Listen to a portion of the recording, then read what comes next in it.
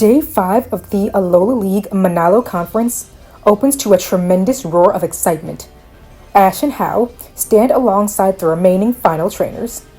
8 island challengers left, all with the goal to become Alola's very first champion. As everyone awaits the daily announcement from Professor Kukui, the Kahunas give a small speech. They praise all of the island challengers who enter the league, but give special congratulations to the 8 who've made it to the final rounds. Hollis says that all of the challengers have shown amazing strength. Olivia adds that their teamwork has been a shining representation of the camaraderie of Alola. Nanu states that each trainer has displayed an impressive level of intelligence, and Hapu concludes that everyone's determination is worthy of recognition from the Island Guardians. Unbeknownst to the audience, said Island Guardians are watching the festivities from a secluded space on the edge of the mountain. Man, I can't believe I already missed so much of the tournament, a voice says. The Kahunas turn and are surprised by who they see. Kahili, you made it, Acerola calls out, waving to the other girl happily.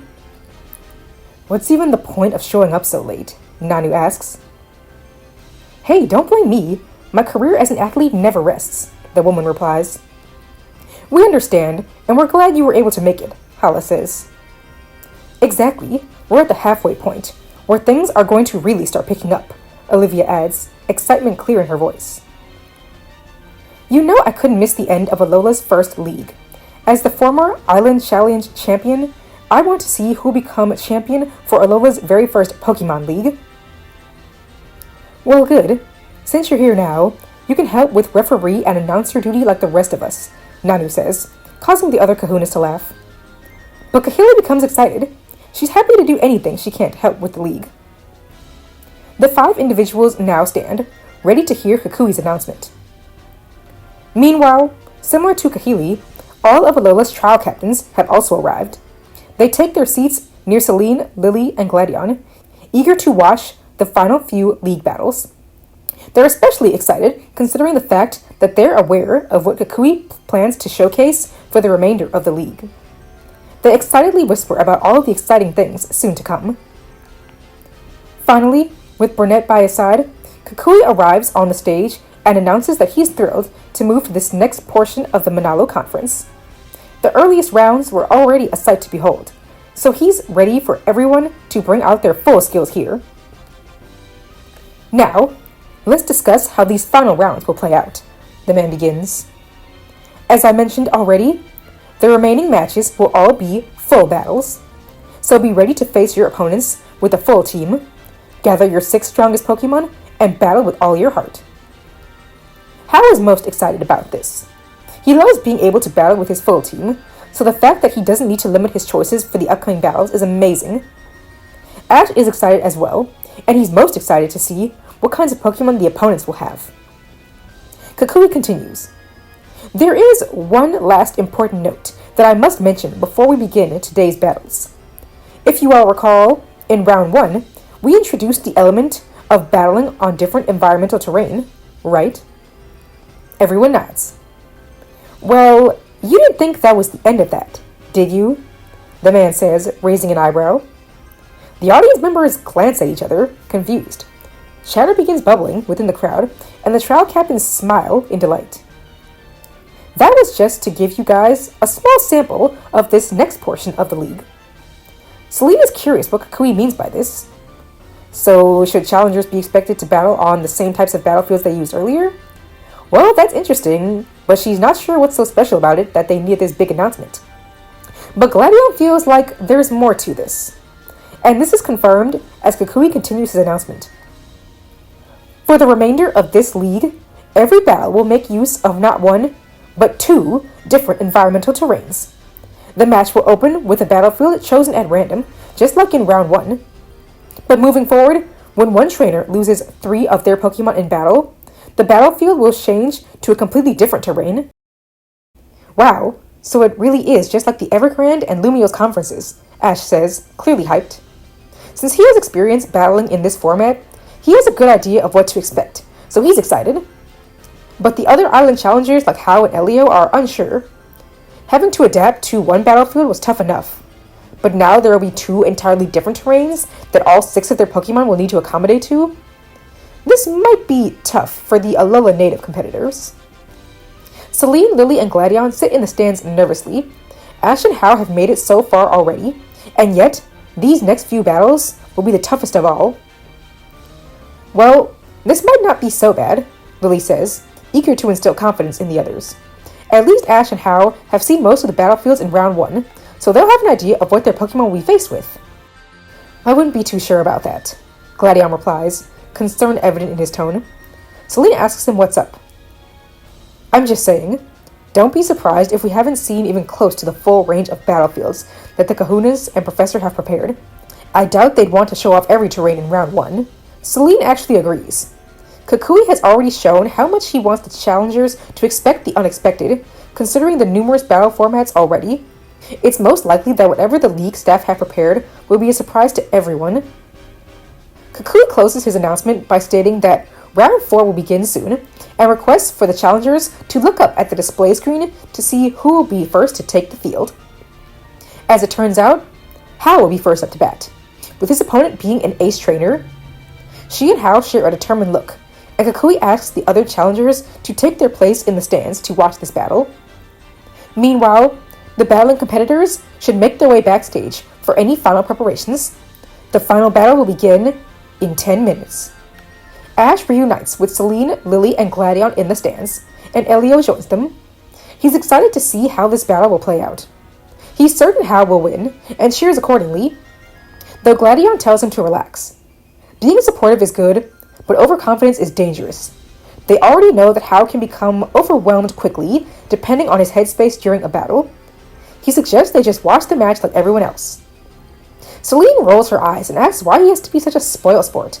They just want to cheer for their friend. Gladion casually says, Look, if it were you out there, I'd have no issue cheering blindly, but I need to see progress from Hau first. Wait, Hau and the ace trainer make their way to the default battlefield. Hau had spent his time backstage simply speculating what the battlefield could be with advice from Rotom-Dex. Will it be a forest environment like the last one? A rocky cliff like Ash's? Or something entirely different? His question is answered as the default battlefield opens and a new one rises to take its place. Everyone is shocked, from challengers to the audience alike. The battlefield resembles a small river. Small cliffs surround a lake, complete with paddle wheels. Tiny trees and hedges also decorate the space, and a couple of artificial waterfalls keep the river lively. Then suddenly, a cast form floats above, using a quick rain dance before quickly retreating from the area. Hau is shocked to say the least. He has seen a few water-based battlefields in round 1, though they were mostly small pools with a few floating platforms for the Pokemon to stand on. Nothing like this. Presenting the Rub-a-Dub River, Kukui says proudly. Huh? They have names now? Celine quirks. Kukui states that he is excited to debut their own original Pokemon-powered battlefield. Fitting with Alola's culture, all of these battlefields have been partially crafted by, and some will even be managed by Pokemon. Additionally, Alola's trial captains took on the task of designing them. Trial Captain Lana provided a lot of input for the Rub-a-Dub River specifically. This field will largely function as is, but everyone should expect to see more interesting terrain later in this competition. For now, this battle is set to begin. Hapu stands on an elevated platform as the referee and tells the trainers that they can now send out their Pokemon. Hau brings out his Vaporeon first, while his opponent goes with a Gorbis.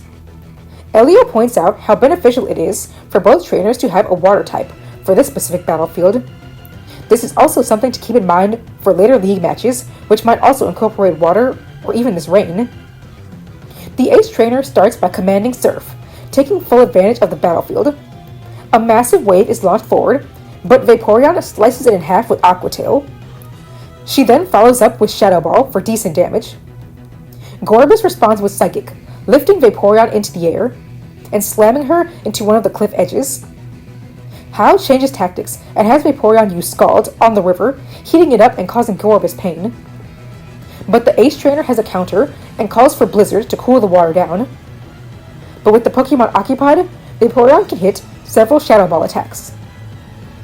Gorbis uses Surf once again, and uses Psychic to turn the attack into a violent tidal wave. Though Vaporeon takes a beating at first, she's able to melt her body into the water with acid armor to vanish from sight. She then pops up behind Gorbis to land a critical hit Aqua Tail for the win. The trainer sends out her Malamar next, and the Pokemon starts by using Superpower. The move lands a hard hit, and thanks to the Pokemon's contrary ability, its attack and defenses increase in power. Hao has Vaporeon dive into the water to prepare for a counterattack. But Malamar stuns everyone by diving into the water after the catfish. "Malamar can swim?" Ash exclaims. "Seems so," Gladion says. Having non-water types who can traverse water-based environments is always a benefit. The Pokemon fires off a Dark Pulse, hitting Vaporeon hard. She rushes up close to use Aqua Tail, but Psycho Cut deals a massive hit, launching her out of the water. Hao calls for her to use Scald, but Vaporeon flinches in fear from the previous attack. As such, a payback attack from Malamar takes Vaporeon down, evening the match. Hao's next choice for the battle is Crabominable. The Ace Trainer starts out strong by commanding Psycho Cut, but Crabominable counters with numerous power-up punches, increasing his own strength. Malamar rushes in to use Superpower, but Hao orders his Pokemon to use Ice Hammer. The Pokemon begin pummeling each other in close proximity, dealing major damage. Malamar leaps back and fires off a Dark Pulse. Crabominable leaps into the water to dodge, but his slow swimming means he isn't quick enough to avoid a close payback attack. But here, Hao tells Crabominable to grab Malamar in his pincers, then launch it with an Ice Hammer. The Yeti Crab does as instructed, grabbing the squid creature and partially freezing it in his grasp. Malamar struggles to move, so he's helpless as he gets launched toward one of the battlefield waterfalls at impressive speed. The Pokemon collides with the waterfall and is frozen nearly solid. Crabominable makes his way to his opponent, but once the Pokemon are up close, the Ace Trainer orders her Pokemon to hit Superpower, while Crabominable uses a rain-boosted Crab Hammer. The Pokemon strike each other with intense force, taking each other out. With both Pokemon down, the match is tied. Happy is impressed at how even this match has been, and wonders who will change things up. Next to the battlefield are Tropius on the Ace Trainer's side, and Raichu on Hao's. Hao starts off by commanding Electric Terrain, while Tropius uses Sunny Day. These moves activate both of the Pokemon's abilities, increasing their speed. Tropius starts out with Solar Beam, but Raichu is able to dodge and fire off Discharge. This time, Tropius shows its speed, hiding behind one of the trees on the battlefield to avoid damage. The Ace Trainer then orders Tropius to use Seed Bomb on the Rub-a-Dub River waters. It does so, causing several explosions, which launch water into the air, obscuring Raichu's vision. Tropius then uses a speedy Solar Beam to land big damage on Raichu. Raichu recovers and fires off a Psyshock, but Tropius slices through the attack with Aerial Ace. Raichu takes the hit, but with the Banana Dinosaur up close, Raichu unleashes a massive discharge at Hao's command. Powered by the Electric Terrain, the move lands major damage to Tropius, sending it crashing into the water. Hao sees a chance for a big hit and orders Thunder. But due to the bright sunlight, Raichu struggles to land the move properly, and it hits one of the battlefield trees instead of her opponent. This allows Tropius the chance to use a speedy Solar Beam and defeat Raichu. With 3 Pokemon down on Hao's side, the battle stops for halftime. Both trainers will be able to recuperate and strategize for the next half. In the stands, Elio expresses concern. Hao will need to step up his game for the second half. But Ash says that there is no reason to worry, and that Hao will surely be able to make it through. The second half of the battle is set to begin. Hapu presses a button, bringing the next battlefield to the stage. This environment is a total contrast from the last. A mushroom-filled forest, glowing with spores, will be the next setting for the battle. Numerous multicolored fungi decorate the battlefield, and a misty terrain pewters throughout. "Welcome to the Mushroom Forest," Kukui announces cheerfully. "I helped design this one," Mina states from her seat, earning much kudos from the other trial captains and nearby spectators. Lily sheepishly comments that the name is a bit basic compared to the last one, but the field is certainly interesting to say the least. The battle continues as Hao brings Decidueye onto the battlefield, while the Ace Trainer brings Tropius back into the fray. It may be tired from the recent battle, but it's still ready for action. How's opponent opens with Sunny Day once more, and an aerial battle ensues. The Pokemon go at it in the sky, with Aerialise colliding with Steel Wing.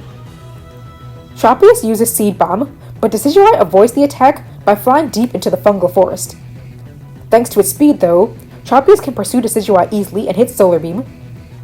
The grass types continue to duke it out, and Decidueye is starting to become overwhelmed. But the sunlight begins to fade, so Hal comes up with an idea, and has Decidueye strike one of the mushrooms with Grass Pledge. Doing so has several misty terrain spores cloud the battlefield, making it difficult to see and blocking out much of the sunlight. The Ace Trainer simply commands the weather-changing move again, but this time, Hal reacts quickly and commands Spirit Shackle. Thanks to the Owl's natural speed, it lands the move before Sunny Day is fully executed. This allows Decidueye to charge up and land a hard Sky attack, while Tropius is immobilized. This is too much for the Fruit Dinosaur, and it falls in defeat.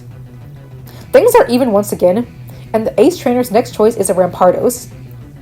Hal is confused by the type disadvantage, but the Ace Trainer commands Flamethrower. Decidueye is agile enough to dodge in the air, allowing him to hit Grass Pledge for big damage. To everyone's shock, however, Rampardos leaps onto one of the massive mushrooms on the battlefield to springboard into the air. Rampardos then uses a powerful Zen Headbutt that sends Decidueye to the ground. Hal orders Steel Wing, but Decidueye flinches from the previous attack, so a follow-up Flamethrower deals big damage. Decidueye tries to fight back with Spirit Shackle, but Ancient Power is enough to overpower the weakened bird and take Decidueye down. Hal's next Pokemon into the battle is Crystal. The opposing trainer sees this as no threat and calls for Zen Headbutt. Crystal meets it with an Iron Head, and both Pokemon push each other back. Hal has Crystal use a hard Flare Blitz, aiming for a burn, but unbeknownst to Hal, Misty Terrain protects Rampardos from any status conditions. The opposing trainer then commands Ancient Power, but Crystal uses one of the battlefield toadstools as a shield, and the rocks bounce off of it. Hal is impressed seeing his grandson make great use of the battlefield, but the Ace Trainer has Rampardos use Flamethrower to decimate many of the nearby mushrooms, meaning fewer spaces to hide. The trainer then orders Ancient Power once more, but this time Crystal uses her bone to bat the attacks back at Rampardos for small chunks of damage. Angered over being hit with its own attack, Rampardos rushes forward using Outrage. Hal tells Crystal to fight back with Shadow Bone. The Pokemon begin pummeling each other in hand-to-hand combat, but Crystal seems to have the upper hand. Mina points out that Dragon-type moves like Outrage actually weaken when a Misty Terrain is active. The Pokemon continue battling, but Rampardos eventually becomes confused from a prolonged use of Outrage, allowing Crystal to strike hard with Iron Head. Hal's opponent seems desperate to take control of the situation and puts a Rockium Z Crystal into her Z-Ring. Rampardos may be confused, but there's no chance a massive Continental Crush will miss its target. Indeed, there's nowhere to run or hide for Crystal, but in a last-ditch attempt to help her trainer, Crystal uses a Flare Blitz and tackles the still confused Rampardos into the center of the battlefield. As expected, both are crushed by the Z-move and defeated. Hapu announces that both Pokemon are unable to battle, and Hal is now down to his final Pokemon. As the Ace Trainer still has two, she figures she has this in the bag, and gleefully sends out a Herdier. Hal thus sends out his final choice of Komala. Herdier rushes forward with Thunderfang, but Komala dodges and attacks with a new move he learned during training, Zen Headbutt. The Pokemon collide and knock each other back. Herdier lunges forward with Play Rough. Komala takes a thrashing, but with Herdier up close, Komala uses Yawn. Hal is expecting for the Pokemon to fall asleep, but this fails due to Misty Terrain, and Herdier uses Return for big damage. Hal now realizes the power of the terrain and how his plan to take control won't work. Herdier uses Thunderfang again, but Hal has Komala use his log pillow as bait. While the Hound is gnawing on the pillow, Komala can use a strong flail, knocking Herdier into one of the massive fungi, sending spores flying everywhere, causing it to become dizzy. The Ace Trainer calls for another Play Rough, but Hal has Komala show off Stockpile, increasing his defensive strength. Komala just barely hangs on, and a second use of Flail finishes the opposing Pokemon. It's now down to the final Pokemon, and on the opposing side, it's going to be a Magmortar. Magmortar starts off strong with Rock Tomb, but Komala leaps across the mushrooms to avoid the attack. The opposing trainer tries Fire Punch, but Komala blocks the hit with his log pillow to land a Zen headbutt. Unfortunately, on Hao's end, Magmortar is strong enough to get the upper hand with another punch, and winds up knocking Komala into another fungal structure. Hao once again tries to have his Pokemon hide within the forest, but the Ace Trainer has had enough, and commands Overheat to decimate the entire battlefield. Hao knows Komala needs help, so he pulls out his Normalium Z for a Z move. The enormous burst of fire engulfs the battlefield, torching everything and leaving barely anything in its wake. But in the midst of the attack, Hao actually has Komala use Z Stockpile, which completely restores his health, allowing him to hang on from the fiery move. Now the Ace Trainer is furious and orders Fire Punch. With nowhere to hide, Komala takes a hard beating from the numerous hits and is knocked back, and a follow-up Rock Tomb corners him into one area of the Mushroom Forest. Ready to end things, the trainer commands a devastating Hyper Beam. Hao knows he only has one chance, so he has Komala toss his log pillow into Magmortar's arm cannon. This winds up causing the attack to be executed improperly, creating a huge explosion which heavily damages Magmortar. Hao then takes the chance to have Komala use a hard flail, which is enough to send Magmortar to the ground. Hapu deems Magmortar unable to battle, therefore Hao is announced as the winner and will be moving on to the next round. Hao is relieved and hugs Komala, thanking him for pulling through. The small koala, meanwhile, has already drifted back to a deep slumber, hugging his pillow close. Ash and the others are thrilled over Hao's impressive victory. Gladion in particular is happy to see that Hao was able to use the different battlefield environments to his advantage. He hopes he'll continue to do the same over the remaining rounds. Kahili announces that Ash's battle will start soon, and requests he make his way down. As Ash heads down to the battlefield, Lily expresses her nervousness. Hao's battle came way too close for comfort, and she's worried for his future battles. After making it so far, she hopes he won't fall before reaching the finals. The sun is shining bright in the sky as Ash makes it to the battlefield for his match. After the amazing battle from Hao, he's more eager than ever to face his opponent. That opponent winds up being a girl from Kalos, though she states that she's traveled numerous regions before taking part in Alola's Island Challenge. So she has a wide variety of Pokemon and skills that she plans to bring to the table. In the stands, Hao was curious about the starting battlefield. After all, the ones his Pokemon had to traverse were intense. What will Ash be up against? Olivia arrives to referee the match and initiates the battlefield randomizer. As it turns out, Ash and his opponent will be battling in even harsher conditions than Hao. To everyone's amazement, a snow-covered, cave-like environment is brought to the center of the stadium.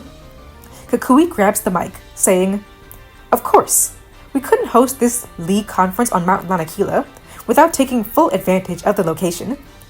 Thankfully, many of the local ice types helped us put together this battlefield, the Frigid Cavern." Celine is intrigued by this, wondering if Mount Lanakila and its ice types will be enough to keep the field frozen throughout the battle. After all, a stray fire blast from Torracat could turn Winter Wonderland into a pool. Though it seems Kukui has one last measure to keep things cold. An Abomasnow peeks its head from out of an artificial cave, its snow warning ability activating. Frigid hail rains down, making the battlefield even colder. Even Ash and his opponent are left shivering. Thankfully, Alima, who helped in designing the battlefield, made sure to account for this. Olivia directs the challengers to stand on specially crafted heating pads for the time being. These are powered by fire-type Pokemon, just enough that the frozen battlefield should feel closer to room temperature for them. With all of those measures taken, Olivia says that the battle can now commence. Ash sends out Torracat first, while his opponent brings in her Lapras. Ash's opponent shows a perfect counter, Elio says. Lapras's ice typing will allow it to better handle the hail and terrain. Meanwhile, the water typing gives it an advantage against Torracat. Ash isn't fazed by the matchup and calls for Fire Fang. Torracat rushes in to gnaw on the Loch Ness Monster, but Lapras effortlessly slides across the frozen battlefield and fires off a strong blizzard. Ash tells Torracat to dodge. "That won't work," Alima comments from his seat. Blizzard always hits its target during the hail. And indeed, despite Torracat trying to run away, the blizzard hits him regardless. Ash calls for Torracat to use Fire Blast. The enormous burst of fire is launched, but Lapras intercepts the move with Hydro Pump. Steam surrounds the battlefield, and with hail still raining down, it's even harder for anyone to see the Pokemon. Ash's opponent simply commands another Blizzard attack, knowing it'll hit regardless. Blizzard blows away much of the steam, and Torracat is struck by the attack. Or rather, a substitute Torracat was hit. The real Torracat appears behind Lapras and uses a hard Revenge. Olivia compliments the smart tactic, though Lapras now strikes back with a Body Slam. Torracat is able to dodge out of the way, though he struggles to keep up his pace on the snow. As Torracat trots along, Lapras uses another Hydro Pump, dealing massive damage. Not only that, but the falling hail continues to damage Torracat even further. Ash decides to go big and orders Revenge again.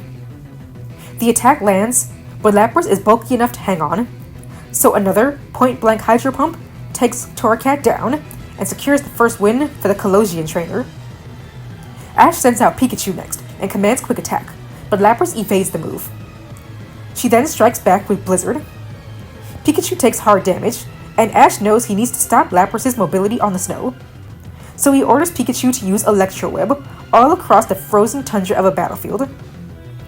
This puts a stop to the opposing trainer's strategy, as Lapras reverts to its typical immobile state, with numerous electrified nets tangled across the field. With this, Pikachu uses Thunderbolt. Lapras uses Hydro Pump to counter, and another major explosion echoes across the stadium from the collision of attacks. Lapras hits a Body Slam, crushing Pikachu. Hal is concerned about Pikachu, though at Ash's command, the mouse uses this chance to unleash an explosive Thunderbolt. From this, Lapras gets flung backward, landing on top of one of the Electro Webs Pikachu had scattered across the field earlier. This double dose of electricity is too much for the beast to handle, and it finally falls in defeat. Olivia is impressed by both trainers' handling of the frigid cavern so far, as everything has been relatively even. She calls for the Colosian girl to bring out her next Pokemon. Gladly, she says, sending out her Mawile. Mawile rushes in with Iron Head, though Pikachu counters with Iron Tail. The moves collide, and both seem evenly matched. Mawile tries Flash Cannon, though Ash directs Pikachu to dodge by hiding in one of the small snow caves on the field. Annoyed, the opposing trainer directs Mawile to use Flash Cannon to destroy many of the natural cave fixtures. Ash has Pikachu use Quick Attack. The attack hits, but Mawile resists the damage and strikes back with Iron Head. Though Pikachu likewise resists this attack, he winds up flinching in pain. This allows Mawile to land a powerful Play Rough to pummel Pikachu. Pikachu shakes off the pain and prepares to unleash another Thunderbolt. Mawile's trainer reacts quickly and orders her to aim a Flash Cannon at one of the upper areas of the cavern. The blast causes stalactites to fall toward the ground like a homemade icicle crash attack. Pikachu attempts an Electro Web to block the debris, but this distraction is exactly what Ash's opponent wanted. While Pikachu is shielding himself from the ice, Mawile leaps to a higher area of the cavern, dives down, and lands a spinning Iron Head to deal the finishing blow to Pikachu. Ash goes to collect his friend, now 2 Pokemon down. Ash and Burnett are eager to see what will happen next. Will Ash turn things around, or will his opponent gain further control? Ash takes a moment to make his next choice, though it winds up being Hakamo-o. Ash begins by ordering a Dragon Dance to power up. Mawile rushes in to hit Play Rough, though with her increased speed and attack power, Hakamo-o can fight back with Brick Break, dealing some hard hits to Mawile. The trainer has her Mawile use Flash Cannon, but Ash commands Draco Meteor. In the crowd, everyone is confused, since Mawile won't take damage from the attack as a fairy type. But it seems it was simply meant to act as a shield. A row of meteors lines the ground in front of Mawile, deflecting the Flash Cannon away from Hakamo-o. From this, Ash comes up with an idea. The Pokemon begin fighting once again, dealing strong hits to each other.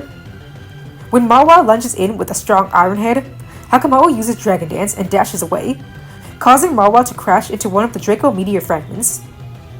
This continues as Mawile repeats the same attack, exerting much of her energy, which is concerning as hail continues to pelt both Pokemon. Her trainer commands Play Rough, but Hakamo-o snakes around Mawile, tossing her into a nearby rock, then finishing her with a powerful Brick Break.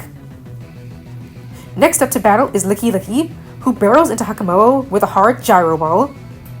The tiny dragon gets back to her feet and rushes in to hit Dual Chop. She strikes the massive pink behemoth several times, but he shrugs it off and attacks with Ring Out, sending Hakamo crashing into one of the frozen stalagmites onto the battlefield. A follow-up Thunderbolt has her cringing in pain. With Hakamo exhausted, Ash has her go big with another Draco Meteor for major damage. Licky Licky is initially pelted hard, but his trainer has him charge into the attack with Gyro Ball instead, slamming into one of the Draco Meteors and sending it hurtling toward Hakamo. She's quick enough to dodge, but the distraction causes her to become crushed by the Gyro Ball and defeated. Olivia announces that with 3 Pokemon down on Ash's side, the match will break for halftime. In the crowd, Lily expresses her nervousness at how the battle has been going thus far. The other trainer has largely had the advantage, and Pikachu going down so early has her worried. Hal says that Ash's remaining Pokemon will be able to pull through though. Celine and Gladion are meanwhile curious about the battlefield, since that could change everything.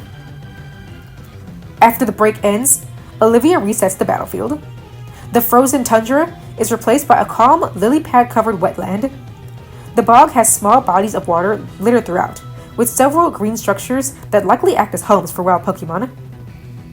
"This is the Gourd Swamp," Burnett announces. "Don't let the quieter vibes fool you. Battling here could be trouble for certain Pokemon." And on that note, Olivia tells the trainers to bring their Pokemon out. The Colosian girl sends Licky Licky back in.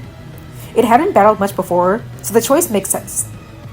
Ash decides to go with Tiny. Just like the previous type matchup, the girl seems unfazed by the type disadvantage she has, and calls for Flamethrower. Tiny tries to dodge, but slips on the muddy ground. This allows Licky Licky to be able to easily hit him with a Thunderbolt for big damage. Ash tells Tiny to think of the battlefield like a sports field and adapt accordingly. Then he orders the Pokemon to use Fling. Tiny tosses his berry at the round obstacles on the battlefield, and it bounces around, building momentum before hitting Licky Licky. The huge Pokemon barely seems hurt though, and starts to use Ring Out. But Tiny is prepared, and grabs the Pokemon's tongue, and tosses it with another Fling. Licky Licky face plants into the water, allowing Tiny to land a devastating close combat for huge damage. The massive Pokemon is hit hard, but not out yet, and uses another Flamethrower. But Tiny uses his tail to splash the water on the battlefield to protect against the fire attack, creating a small steam cloud.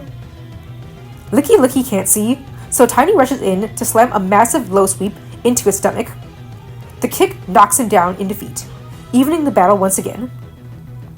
Next out is Grand Bull, who immediately rushes in and lands a hard Fire Fang, latching onto Tiny's arm. While this hurts and causes a burn, Tiny uses Low Sweep, injuring Grand Bull's ankle and limiting its mobility. Grand Bull goes for Play Rough next, but Tiny counters with close combat, and the Pokemon seem evenly matched. Tiny uses Smackdown, but Grand Bull bites the berry with Ice Fang, freezing it solid. She then uses the berry as a weapon of her own, as she attacks Tiny with Payback. This attack, along with his burn, wears him down even further. The Passimian uses Low Sweep again, aiming for Grand Bull's other leg, ruining her movement even further. Tiny attacks with close combat again, but because of his burn weakening his attack strength, Grand Bull is able to hang on and end the Pokemon with a final Play Rough. After thinking it over, Ash's penultimate Pokemon is Lycanroc. Thankfully, with Tiny decimating the opposing Pokemon's speed, Lycanroc has a great advantage. She uses a Cellurock, which Grand Bull is totally unable to dodge. But she's still strong enough to endure the hit and use Ice Fang. Lycanroc takes a hard hit, but counter sends Grand Bull flying. Stone Edge is used, though the swampy environment slows the move's execution. That matters little here, as Grand Bull is far too injured to dodge, and the hard hit finishes her off. Primarina is next, and she starts with Aqua Jet, though Lycanroc intercepts with Accelerock. The Pokemon push each other back evenly, then Lycanroc hits counter. Primarina then uses Surf, taking control of the water in the swamp and dousing Lycanroc completely. Ash orders Last Resort, but the opposing trainer then calls for Misty Terrain, shrouding the swamp in pink fairy dust, making it difficult to see. As such, Lycanroc's attack misses, and she gets struck by Disarming Voice. Ash tries to take control by commanding Stone Edge, and numerous jagged rocks rise from the swamp. Primarina tries to hide underwater, but eventually she's boxed into a small space, leaving her vulnerable to last resort. She takes the hard hit, but hangs tough. And with Lycanroc now the one open to attack, a follow-up Aqua Jet is enough to end the wolf. Ash is now down to his final Pokemon, Minior. Olivia is curious if Ash will be able to pull through considering the circumstances. Ash decides that he has absolutely no choice here. He's too much at a disadvantage. So he takes out his Gracian Z and orders Minior to use Bloom Doom. Unfortunately, even in the swamp, Primarina can't avoid the massive blast of grass-type energy. She tries to fight back with Surf, but it's not enough to match a Z move, and the mermaid falls after being struck with the powerful move. It's now down to the final two Pokemon, and the Colosian trainer sends out her Klefki.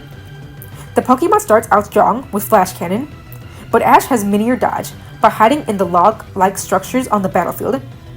She then retaliates with Acrobatics. But Klefki goes for Dazzling Gleam next, blinding Minior and causing her to crash into the swamp. Thankfully, she isn't hurt too much, thanks to her shell, but this does open the door for her to take a Flash Cannon head-on. Ash commands Power Gem next, and while the attack lands, the damage is minimal. Ash's opponent realizes that Minior's moves are all ineffective on her Klefki, and she's ready to end the battle now. So she activates her Z-Ring and commands Corkscrew Crash. Ash knows it's risky, but he tells Minior to stay put. Klefki lunges forward, but right before it makes contact, Ash orders Shell Smash and tells Minior to dive underwater to dodge. Though the living meteorite isn't big on water, she does as commanded and successfully avoids the attack. Klefki shreds through many of the logs on the battlefield, decimating them to pieces. Minior then resurfaces and hits a powerful Acrobatics, knocking Klefki away. The Fairy type uses Dazzling Gleam again, but this time Minior is speedy enough to dodge by hiding behind one of the Stone Edge fragments left behind by Lycanroc's battle. This reflects the blinding light back at Klefki, now ruining her own eyesight. With that, Ash has Minior charge up and unleash a powerful Solar Beam, finishing Klefki and winning Ash the battle. Celine and the others cheer for Ash's victory, thrilled that he will also be heading to the next round after such a tough battle. Elio then announces that his own battle will be next, so everyone wishes him luck as he heads to the battlefield. Elio's battle goes ahead, and if the gang thought the battlefield terrains were crazy before, Elio's battle proves just how much Kukui, the Kahunas, and the trial captains are dedicated to creating such a unique league. The entire audience and both challengers are stunned seeing the environment they'll be battling on. Though Kahili, the referee of this match, was not surprised at all upon seeing the first battlefield. It was one she partially designed, after all. The battlefield is literally a floating island with some smaller land pieces hovering alongside it, the entire thing kept in the air by psychic types. Additionally, a psychic terrain completely covers the space, along with a harsh wind. Elio and his opponent are standing on elevated platforms, covered with a safeguard for their own protection. This is a special field I like to call Final Island, Kahili announces. That powerful breeze you're feeling is a tailwind. It'll increase the speed and agility of the Pokemon moving in the same direction of the wind. It can be a hindrance or a benefit, depending on how the wind flows. What the heck? Now we've got battlefields in the sky? Lily questions. I guess the possibilities are limitless when you've got Pokemon helping you, Rotom Deck says, just as surprised by the state of things. The battle goes just as smoothly as one would expect. Elio's opponent decides to start with an Aerodactyl, a good choice considering the environment. Elio goes with his Oranguru, which benefits from the psychic terrain. Initially, things are a struggle, with Aerodactyl using powerful attacks like Sky Attack, Rock Slide, and Dragon Breath. Not to mention the Tailwind increasing his speed. But Oranguru is a calm battler, powering up with Nasty Plot a few times, then using a Psychic Terrain boosted Store Power to take down Aerodactyl with one supercharged hit. Frostlass is next for the opponent, and it sets up a Hailstorm to easily avoid attacks thanks to its ability. Oranguru goes down after taking a hard Ice Beam, but not before setting up a future side attack. Elio's next Pokemon is his Alolan Meowth. Frostlass's evasion initially gives Elio trouble, but his Pokemon knows Shockwave to land perfect accuracy hits. Ice Beam and Shadow Ball attacks are fired, but the Tailwind helps beat up Meowth to avoid the attacks and strike back with Night Slash. The hail dies down, and before Frostlass can use another, the future sight hits after everyone had forgotten, taking her down. Next up from the other trainer is his Slowking. Meowth tries to overwhelm it with Double Team and Night Slash, but the Pokemon hits a point-blank Water Pulse, which confuses Meowth. A final Focus Blast puts her out of the battle. Elio's next Pokemon is a Toxapex. Despite the type disadvantage, Elio commands a great strategy, poisoning Slowking with Toxic, then landing powerful hits with Venom Shock. But Slowking is able to land exceedingly strong Zen Headbutt and Psychic attacks, thanks to Psychic Terrain. In the end, Liquidation and Zen Headbutt collide, and both Pokemon take each other down. After the halftime break, the new battlefield is set up. This one being a volcano. Literally, it is a massive lava pit with only a few rocks peeking out of the lava to act as platforms for the Pokemon.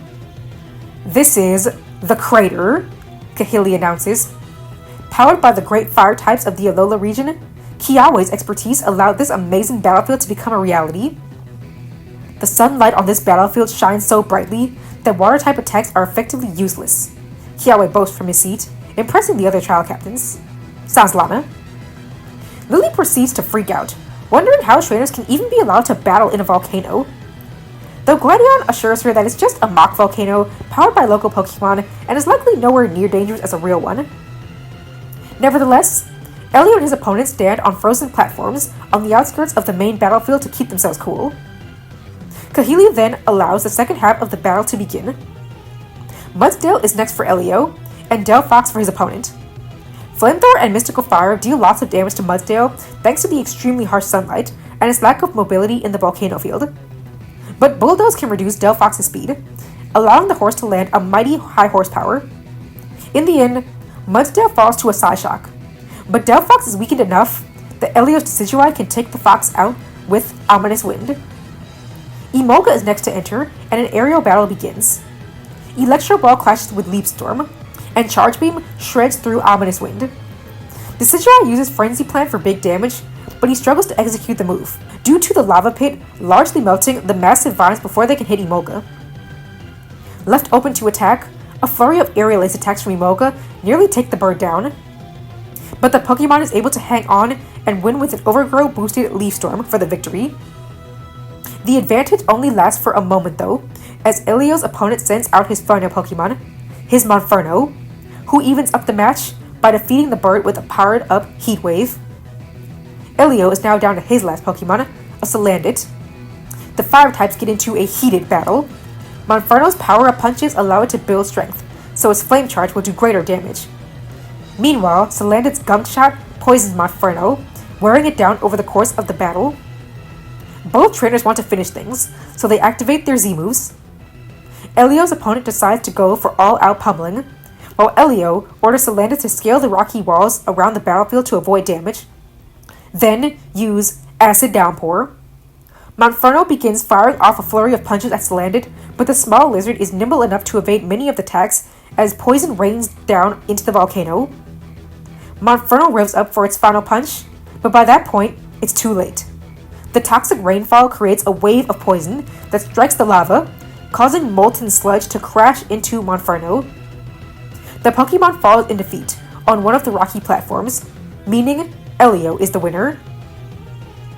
Every spectator in the crowd gossips in amazement over how wild and intense that battle was. Ash and Hal just become even more hyped for their upcoming matches. Meanwhile, Lily hopes the future battlefield environments won't be as petrifying. The competition ends that evening after the final round 4 battle sees a Johtoian tourist as the winner.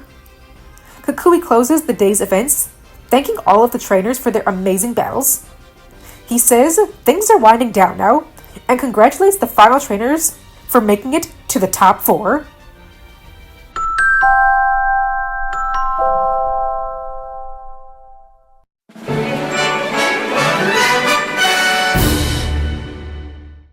The final league competitors are back at the Manalo Stadium bright and early for round 5 of the conference.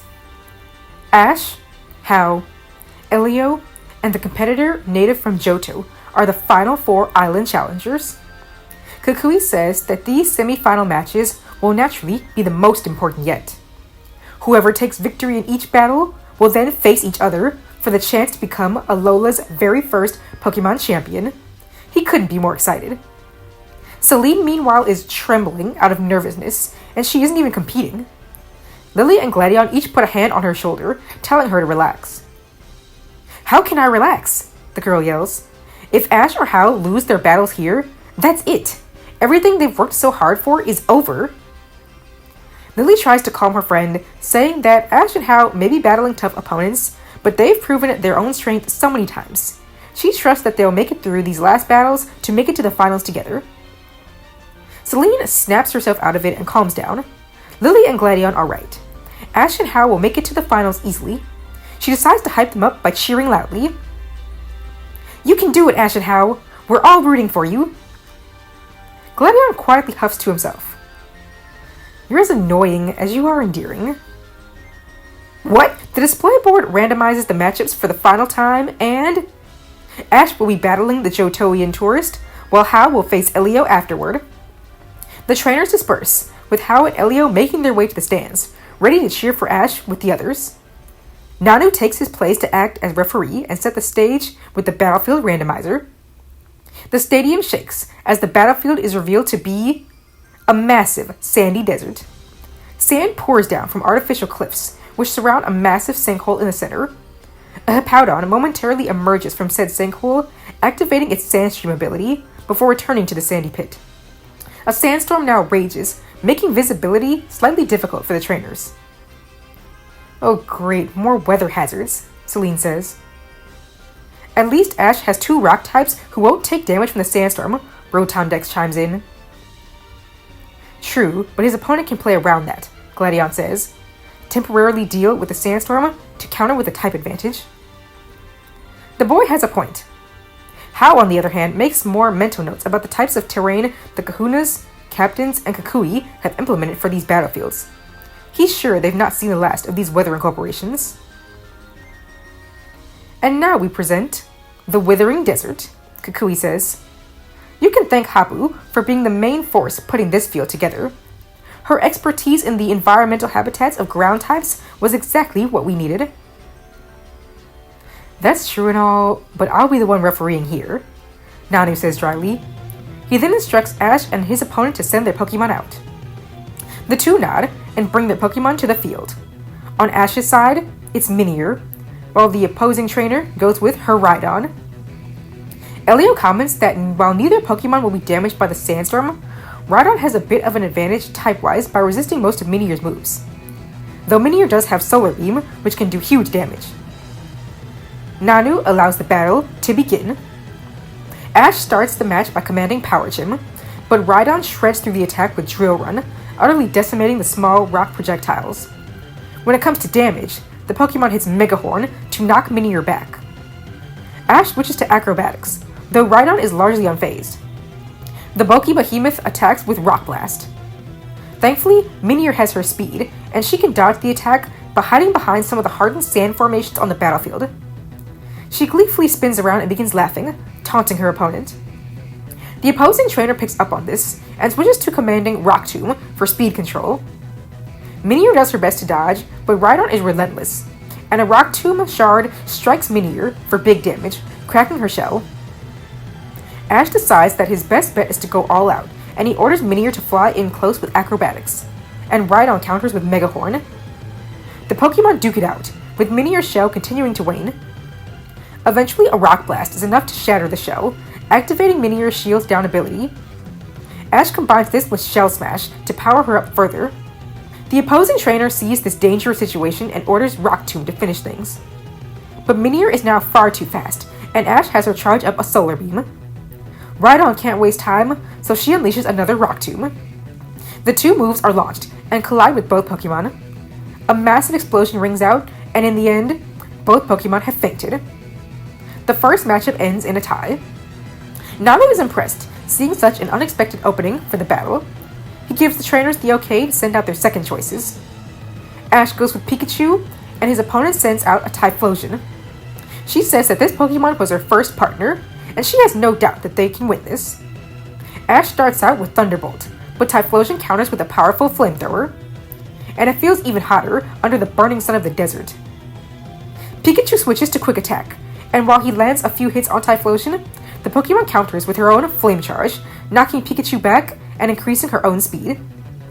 Ash tries to gain control again with Electro Web, but a Flare Blitz is powerful enough to burn through the electric webbing and land a searing hit onto the electric rodent. Even worse, Pikachu flies backward and lands in one of the sand tomb pits raging in the middle of the battlefield. This and the sandstorm begin to wear him down. Ash doesn't give up and has Pikachu free himself with Iron Tail, then use another Thunderbolt.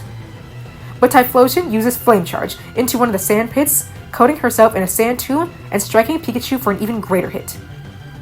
Pikachu tries to get back up, but a final Flamethrower defeats him.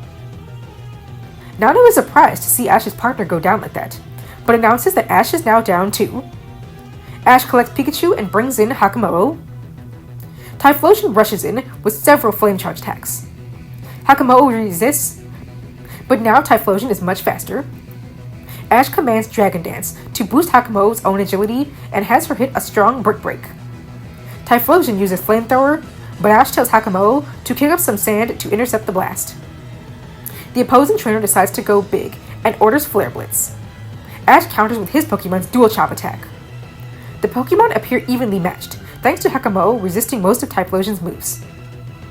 As such, the opponent decides now is time for a secret weapon and orders Giga Impact. Ash knows Hakamo'o is in trouble, so he calls for Draco Meteor. Hakamo'o uses her attack, and meteors begin raining down on the battlefield as Typhlosion rushes forward with her attack. This disrupts her momentum and has her scrambling for a place to hide. Unfortunately, the raging sandstorm and uneven sand terrain make it difficult for her to do so. Ash commands Hakamo'o to use Dual Chop to send one of the meteors at Typhlosion, and she manages to land the hit, knocking the Pokemon back. As Typhlosion struggles to get up, another series of meteors rains down and pummels her completely. Once everything is cleared, the Badger is deemed unable to battle.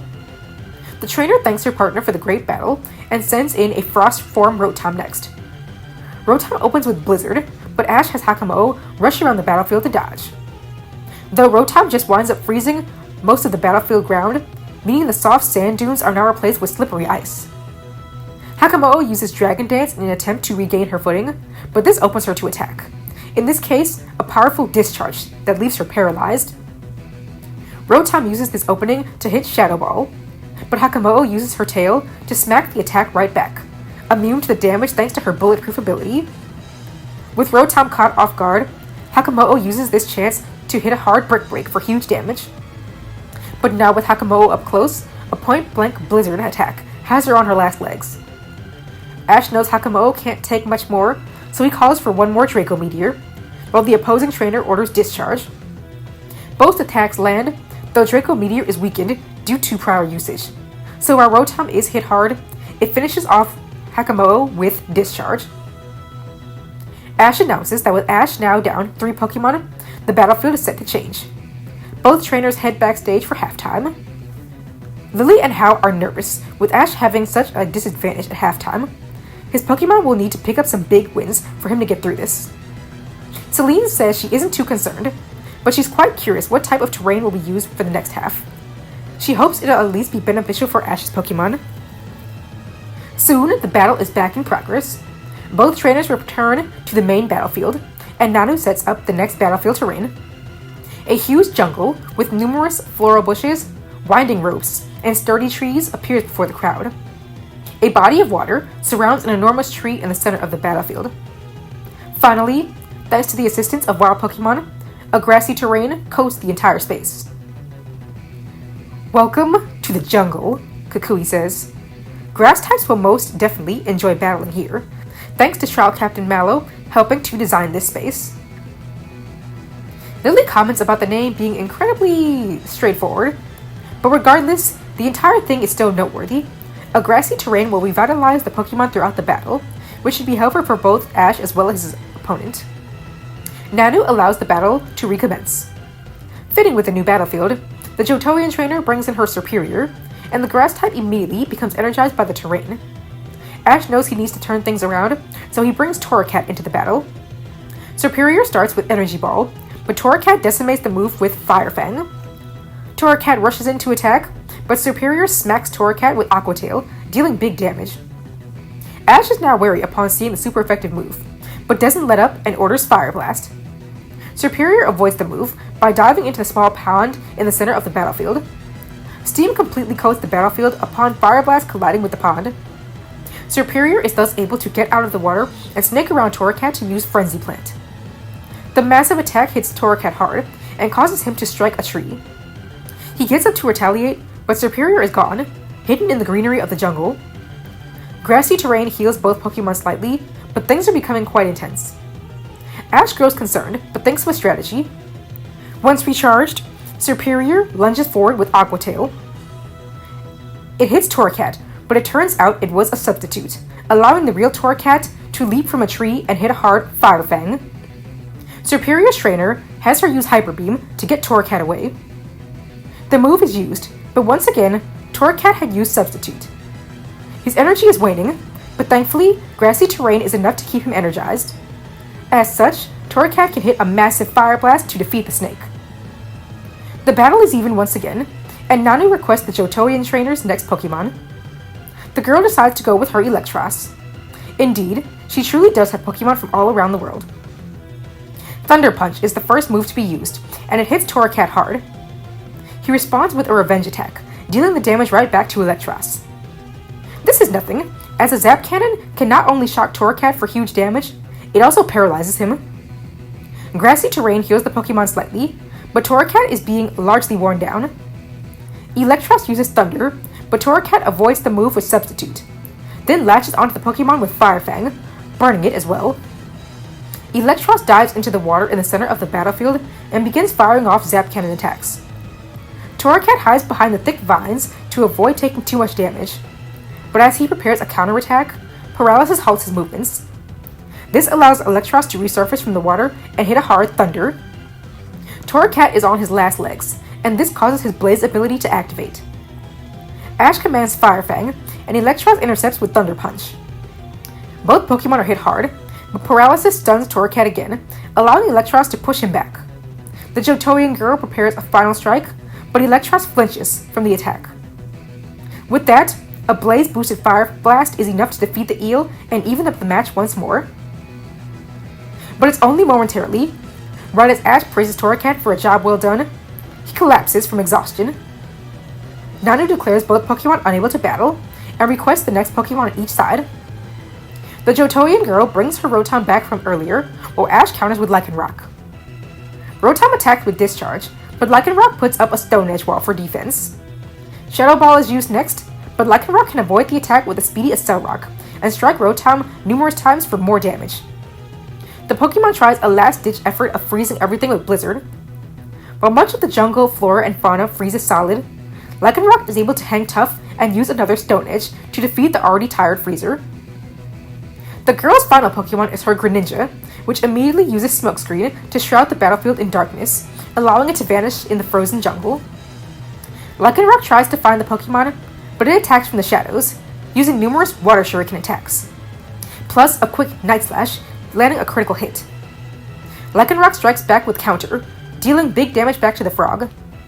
But it leaps across the battlefield and hits another barrage of Water Shuriken attacks, to wear Lycanroc down. Ash commands Last Resort, but Lycanroc slices through the move and lands another critical hit Night Slash to take Lycanroc down. Ash's final Pokemon is Tiny. Ash starts by commanding Fling, but Greninja uses Thief to steal Tiny's berry weapon before he can even use the attack.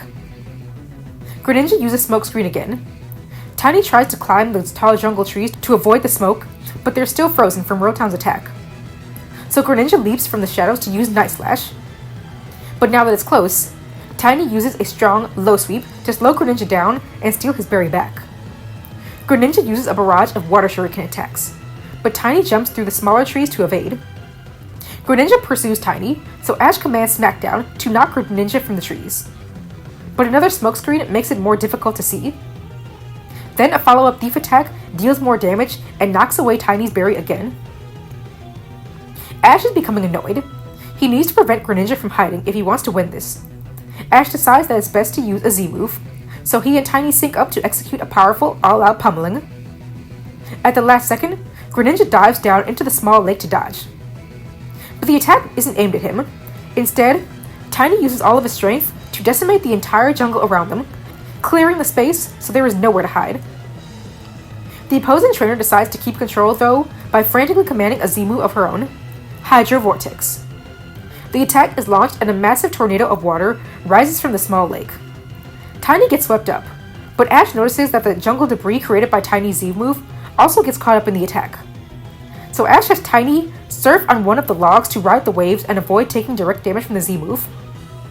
Tiny makes it out mostly unscathed and lunges toward Greninja to attack. The frog tries to dodge, but trips from the previous low sweep injury. As such, Tiny can land a powerful close combat, sending Greninja into the stadium wall. Nanu announces that the Pokemon is unable to battle, and Ash has won. Tiny reclaims his berry before running to Ash for a hug. All of the boys' friends in the crowd cheer as well. Now that Ash is in the clear, it's time for the second battle of the semi-finals. Time to see who will come out on top to face him as his opponent in the finals. Hao or Elio. Hala is the referee for this one. He's happy to have been able to referee Hao's first and now last match of the tournament before the finals. He looks forward to the battle his grandson will have this time. Elio and Hao meet at the battlefield, eager to see what type of terrain will start their battle. Hala sets up the arena, and it turns out to be a massive water field, one with huge ice blocks scattered around the area in place of standard platforms.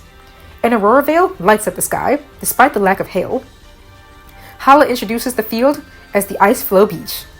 Powered by the ice types of Mount Lanakila, the intense cold has allowed an aurora veil to coat the battlefield even without active hail. Look guys, please just roll with me on that.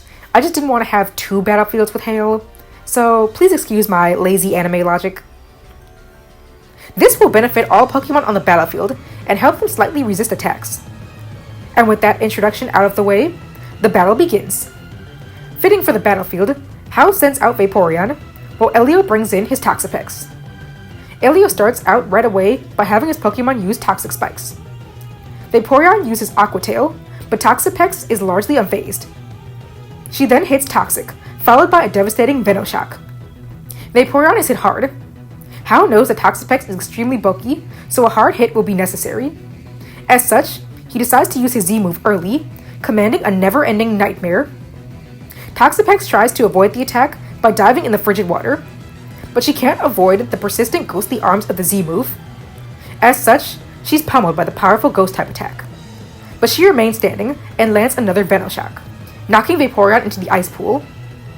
Aurora Veil is helping a lot, but Vaporeon is still being worn down, so Hao switches to Crabominable, who becomes instantly poisoned by Toxic Spikes. A Liquidation attack hits hard, but Power Up Punch pushes the opponent back. Then a massive Ice Hammer is enough to finish Toxapex. Shockingly, Elio's next Pokemon to the battlefield is his Alolan Meowth. But despite her type disadvantage, Elio has a plan.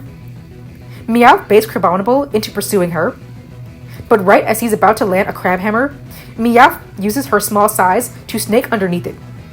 The massive crab falls into the water, and that's when Meowth uses a Shockwave to the water-soaked crab, painfully frying it. Crabominable takes even more damage from poison, and Hao decides to go all out, ordering Dynamic Punch. Crabominable lunges in, but Meowth avoids the move with Double Team. She then hits several Aerial Ace attacks with her duplicates. Crabominable tries to punch the clones away, but the real Meowth takes cover on top of an ice pillar. This allows her to prepare a Z-move. In this case, Elio commands Supersonic Sky Strike. Meowth leaps up and lands a devastating hit onto Crabominable, sending him crashing into the ice. He tries to get back up, but the poison has him falling in defeat. Hao then sends out Komala, who can't be poisoned thanks to his ability. The tiny Pokemon get into an all-out brawl. Meowth uses Night Slash, but Komala blocks the hit with his Log Pillow, then hits back with Slam. Meowth is sent flying, but rushes in to land several hits with Aerial Ace. Komala uses Stockpile to bulk up, so Meowth hits more Night Slash attacks, landing a critical hit. But Komala then uses a super effective Play Rough, taking Meowth down and putting Hao back in the lead.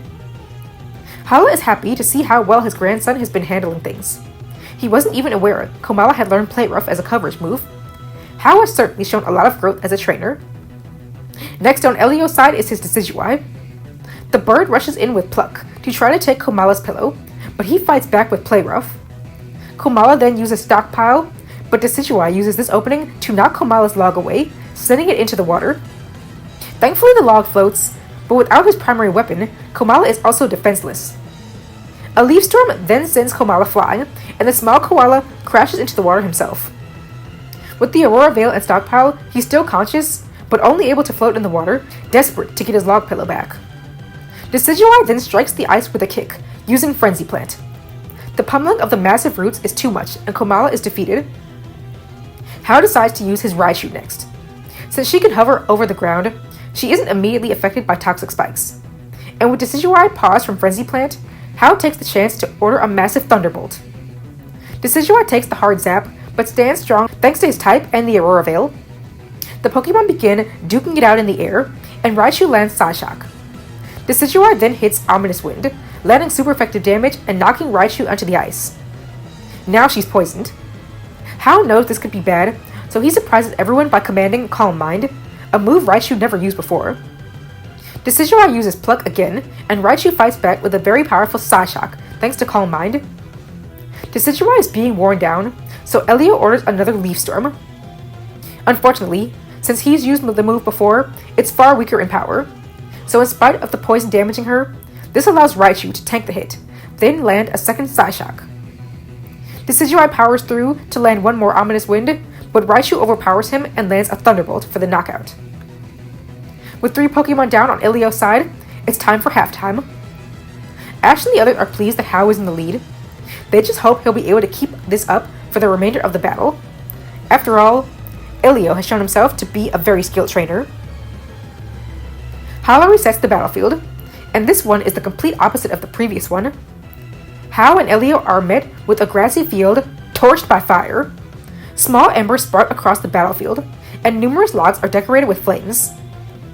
"These are the scorched plains," Kahili says excitedly in the crowd. "I heard you worked on these, Acerola, right?" The girl nods, and Kahili says that she's been so excited to see this one. Kukui notes that this battlefield is powered by Sunny Day, meaning fire-type moves will be much more powerful. Hala allows the second half of the battle to commence. Hao brings Raichu back in.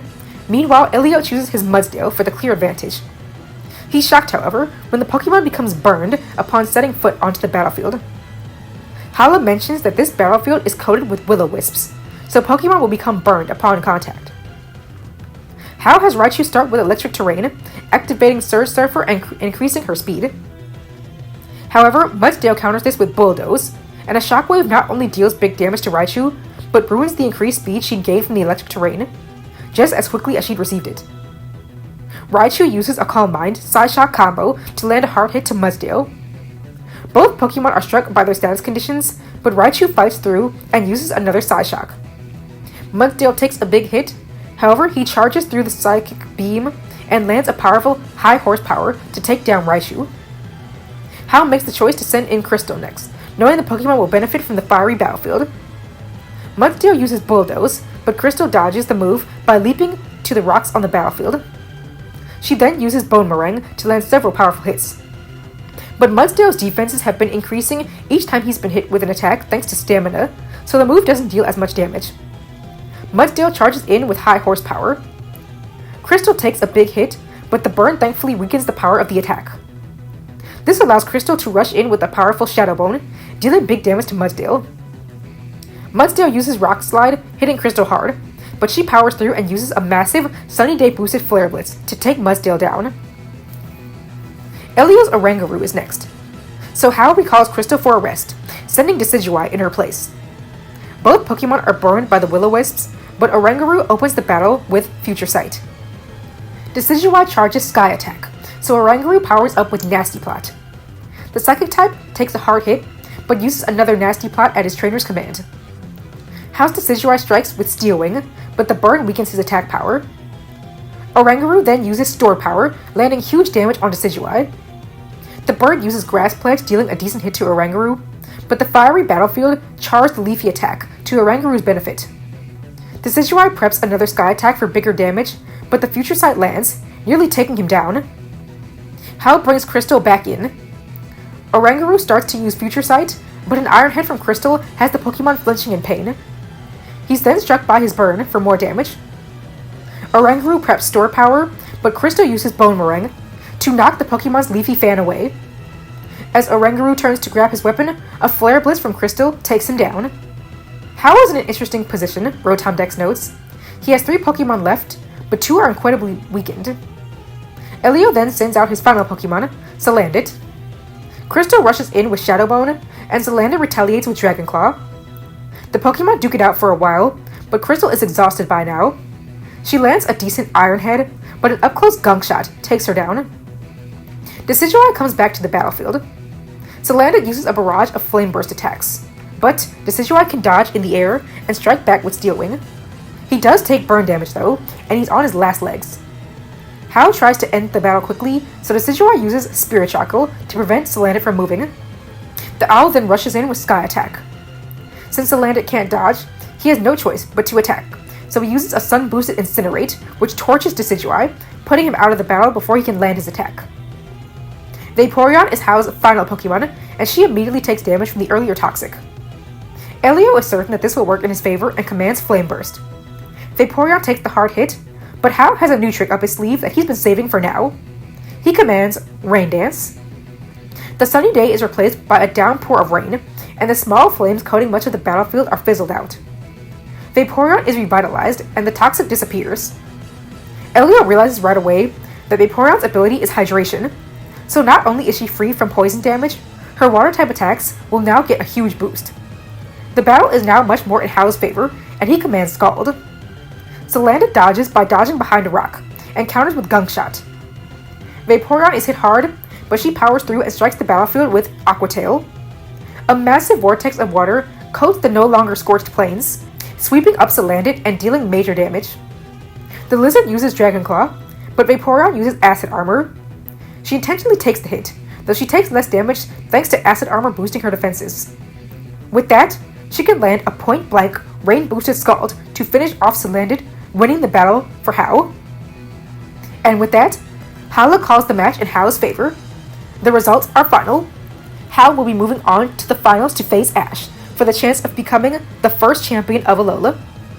Ash, Lily, Celine, and Gladion couldn't be happier, and all celebrate Hao and Ash making it to the finals. Elio congratulates Hao on a job well done, and says he looks forward to seeing his battle with Ash. During the ending announcements, Kukui excitedly congratulates both island challengers. He states that tomorrow will be the finals. Ash and Hao will battle for the title of Alola's very first champion.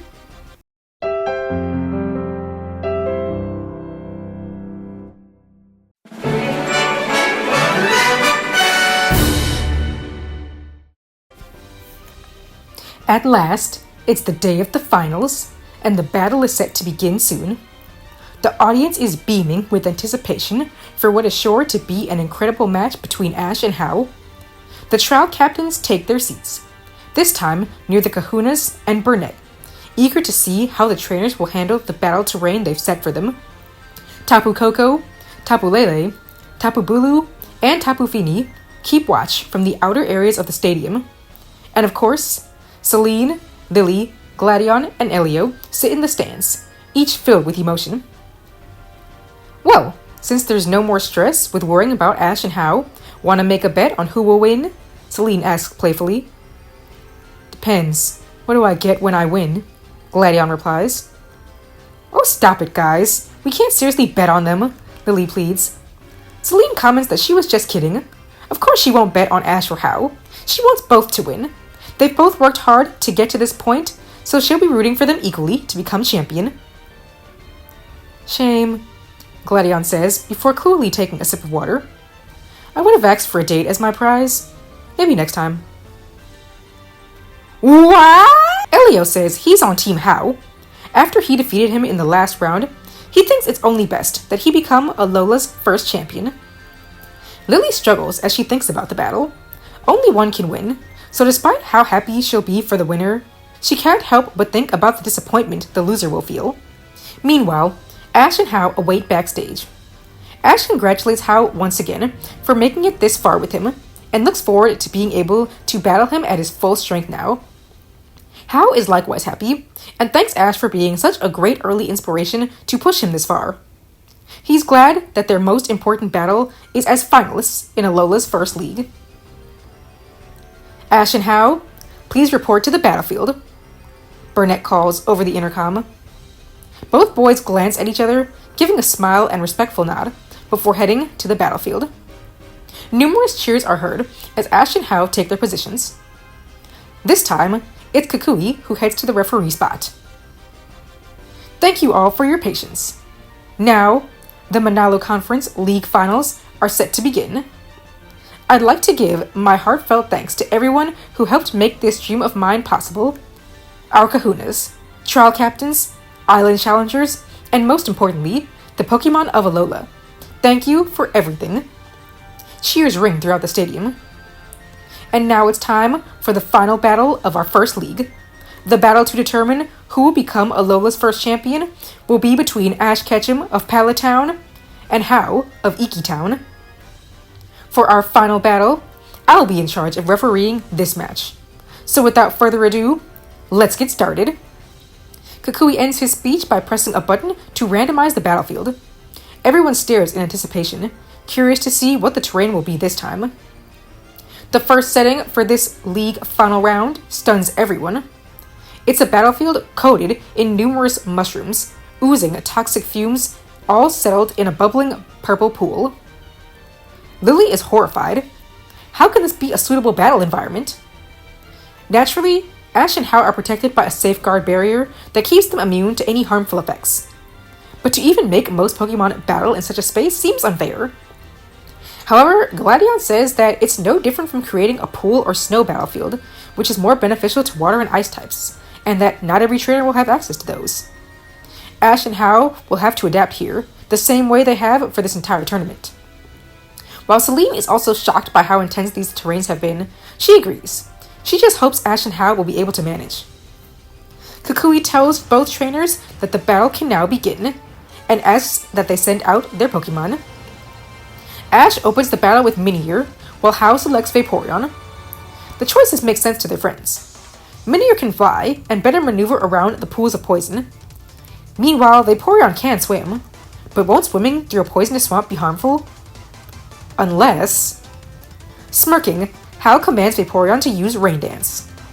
As rain begins pouring onto the battlefield, Vaporeon now safely jumps into the poisonous pool. Of course, with Vaporeon's hydration ability, as long as there is rain on the battlefield, she can swim in the venomous river as much as she wants. And she won't have to face the wrath of the poison. Kukui praises Hao for this amazing opening to the battle. Hao says that this is only the start, and he commands Vaporeon to use Scald. A massive blast of water is fired at the small meteor. Ash tells her to dodge by hiding behind one of the many mushroom formations on the battlefield. She does so, but by taking her eyes off Vaporeon, the aquatic cat can dive under the toxic water out of view. Minior panics, as does Ash, and Hao uses this opportunity to have Vaporeon hit a powerful Scald.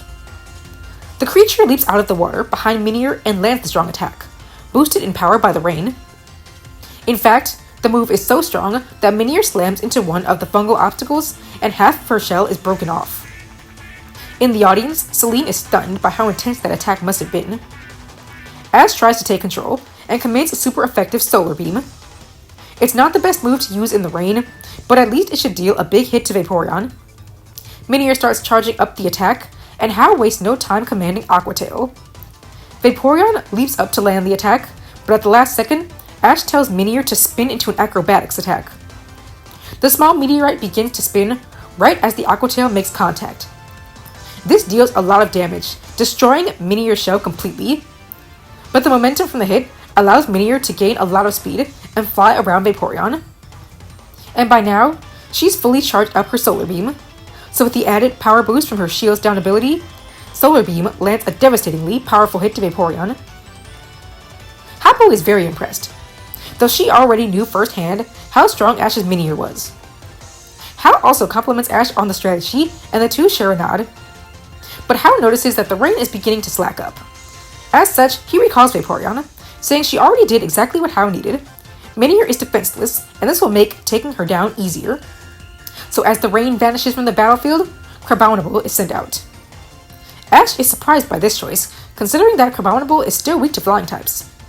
The massive bulky crab is also quite limited on this battlefield, forced to stand on one of the larger mushroom formations in an effort to avoid the poisonous pool. But it seems How thought of this as well, and his first command is for Crabominable to use Ice Hammer on the field.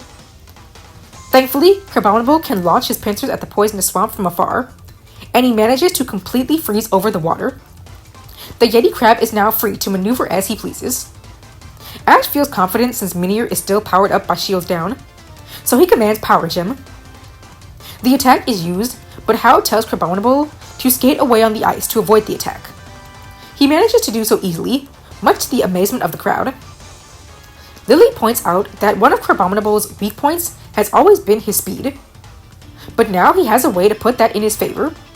How surely isn't messing around in this battle. Minior launches more attacks, but misses every shot. Ash tries to turn things around and orders acrobatics. How tells Crabominable to fight back with Crab Hammer. The attacks collide, with Minior trying her hardest to push the other back. But in this case, the size difference between the two is just too great, and Crabominable slams Minior onto the ground, leaving a massive dent in the ice. Ash calls out to the small Pokemon, but How is taking no chances, commanding a massive Ice Hammer. Minior doesn't even have time to react, before the frozen meaty claw crushes her, ending her run in the battle. How has the first win of the match, leading to cheers from the audience. Ash recalls Minior, thanking her for the great battle. He realizes that he'll need to match Crabominable's power with one of his own fighting types, so he brings Hakamo'o into the battle. Olivia is perplexed by Ash's choice here. After all, dragon types are still very much weak to ice types. Nanu says it should be clear by now that neither Ash nor Hakamo'o should ever be underestimated, so he's eager to see how things play out. At Ash's command, Hakamo'o rushes forward with Brick Break. How has Crabominable matches with Dynamic Punch. The Pokemon's fists collide, each working to push the other back. Hakamo'o tries with all her might, but the larger crab overpowers the smaller dragon. Hakamo'o is flung back with such force that upon hitting the ground, she shatters a section of the ice on the battlefield. Ash calls out in concern. Hakamo'o pulls herself out of the toxic pool, and though it looks like she was able to avoid confusion due to blocking the full force of the Dynamic Punch, she's unfortunately been poisoned.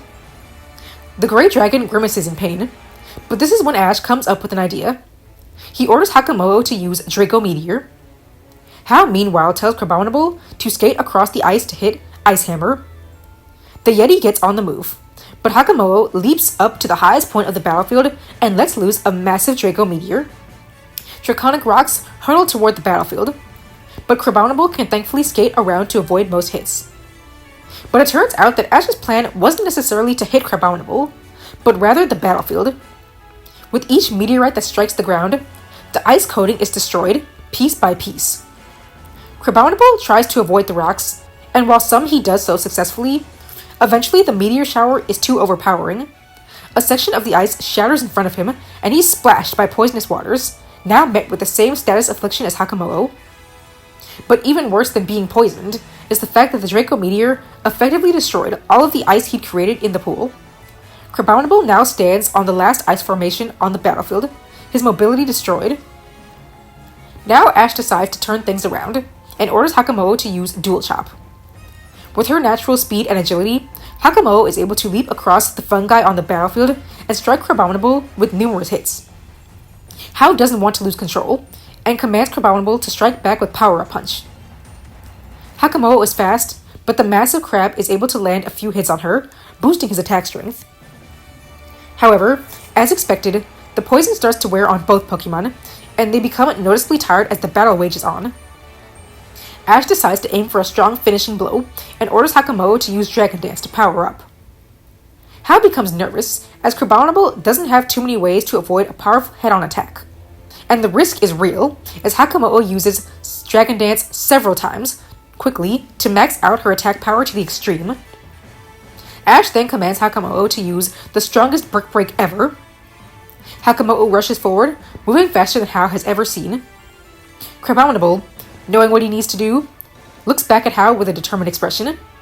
The two share a nod, and Hao tells Crabominable to use Ice Hammer.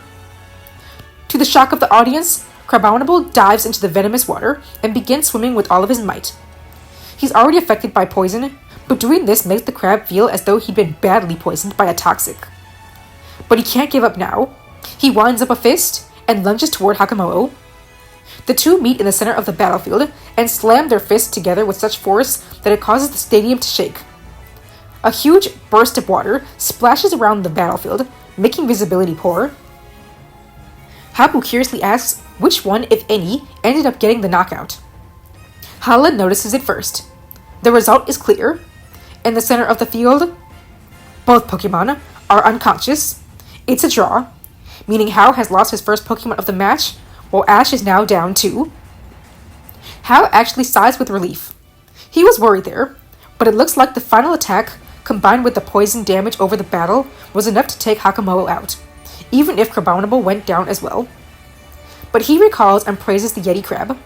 He did well to defeat 2 Pokemon of Ash's. On the other hand, this is where Ash starts to feel the pressure.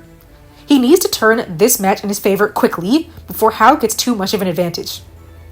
Celine comments that she is surprised by the result, and now wonders what each trainer's next move will be. Rotom Dex says they'll need to choose carefully since the poisonous pool is a full threat again. Indeed, Hao makes sure that this won't be an issue for him, and sends out Raichu. The electric surfer hovers safely over the toxic waters, cheeks sparking in eagerness.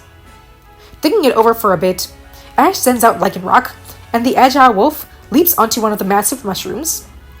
Ash warns her to be careful to not fall into the water, and she nods. Her eyes glow red as she gets ready for the fight. Ash starts by commanding a Cell Rock, and Raichu takes the hard hit. Ash plans to follow up with Stone Edge, but at the last second, he realizes that the move is impossible to execute right now. Lycanroc would have to direct her attack through the marshland closest to Raichu, and she'd become poisoned by the noxious swamp water. As such, Ash hesitates and doesn't call out a command. So Raichu rushes in and strikes with a hard up-close Psyshock, sending Lycanroc flying. In the audience, Lily points out that Lycanroc may have been too hasty of a choice to send out. She can only use a Cell Rock. Stone Edge risks poisoning if used in most area of the battlefield. Counter can't be used since Raichu only knows long-range attacks, and Last Resort can't be commanded at all without having used her other attacks first. Olivia seems to pick up on Ash's error, wondering what he'll do now. Will he swap out, or will his reputation as an endlessly adaptable trainer shine forth? By now, Ash has realized his mistake. That said, Hao already has an advantage in the battle. He can't let him take any more control, so he decides to keep Lycanroc in the battle and calls for another Accelerock. Hao has Raichu counter with an explosive discharge attack. Raichu's cheeks spark, and she prepares to unleash her attack. But at the last second, Ash tells Lycanroc to avoid the attack by hiding behind one of the fungus formations on the battlefield. The massive burst of electricity is released, covering the entire battlefield. But Lycanroc stops short of attacking Raichu, instead hiding behind a mushroom structure nearby and avoiding all damage. This actually gives Ash the opening he needs, since with Lycanroc on solid land, he orders her to use Stone Edge. She does so, and massive rock spikes emerge from the shroom formation, striking Raichu hard. Ash commands a follow-up Accelerock for extra damage, and Raichu is knocked into another toadstool and hurtles to the poisonous pool below. Hao decides to quickly recall Raichu to avoid her becoming poisoned, and he brings Crystal into the battle instead. Elio is curious as to why Hao would bring out the Fire type against a Rock type opponent, when he still has options like Vaporeon and Decidueye. Though of course, from his own battle, he knows not to underestimate the Alola Marowak. Hao starts out strong by ordering a Bone Meringue attack. Lycanroc avoids the first hit by dodging to another platform on the battlefield, but she comes close to falling into the toxic pool. As such, she winds up staying in place as the bone weapon returns in her direction. But Ash quickly commands Lycanroc to use counter, sending the Bone Meringue right back at Crystal. Kukui is impressed by seeing such a strategy. Hao orders Crystal to use Shadow Bone, and the Marowak leaps across the battlefield mushroom platforms to execute her attack. But Ash has Lycanroc wait for Crystal to get close, before commanding her to use Stone Edge on one of the battlefield's stone pathways. Crystal is hit hard and launched into the air, though thankfully she lands on solid ground, and not in the poisonous waters. Hao knows that he needs to do something to get the upper hand once again, so he orders Crystal to spin and use Flare Blitz. Everyone is confused by How's plan, but it soon becomes clear. As Flare Blitz lets loose a flurry of fireballs, which strike the shrooms on the battlefield, setting them ablaze.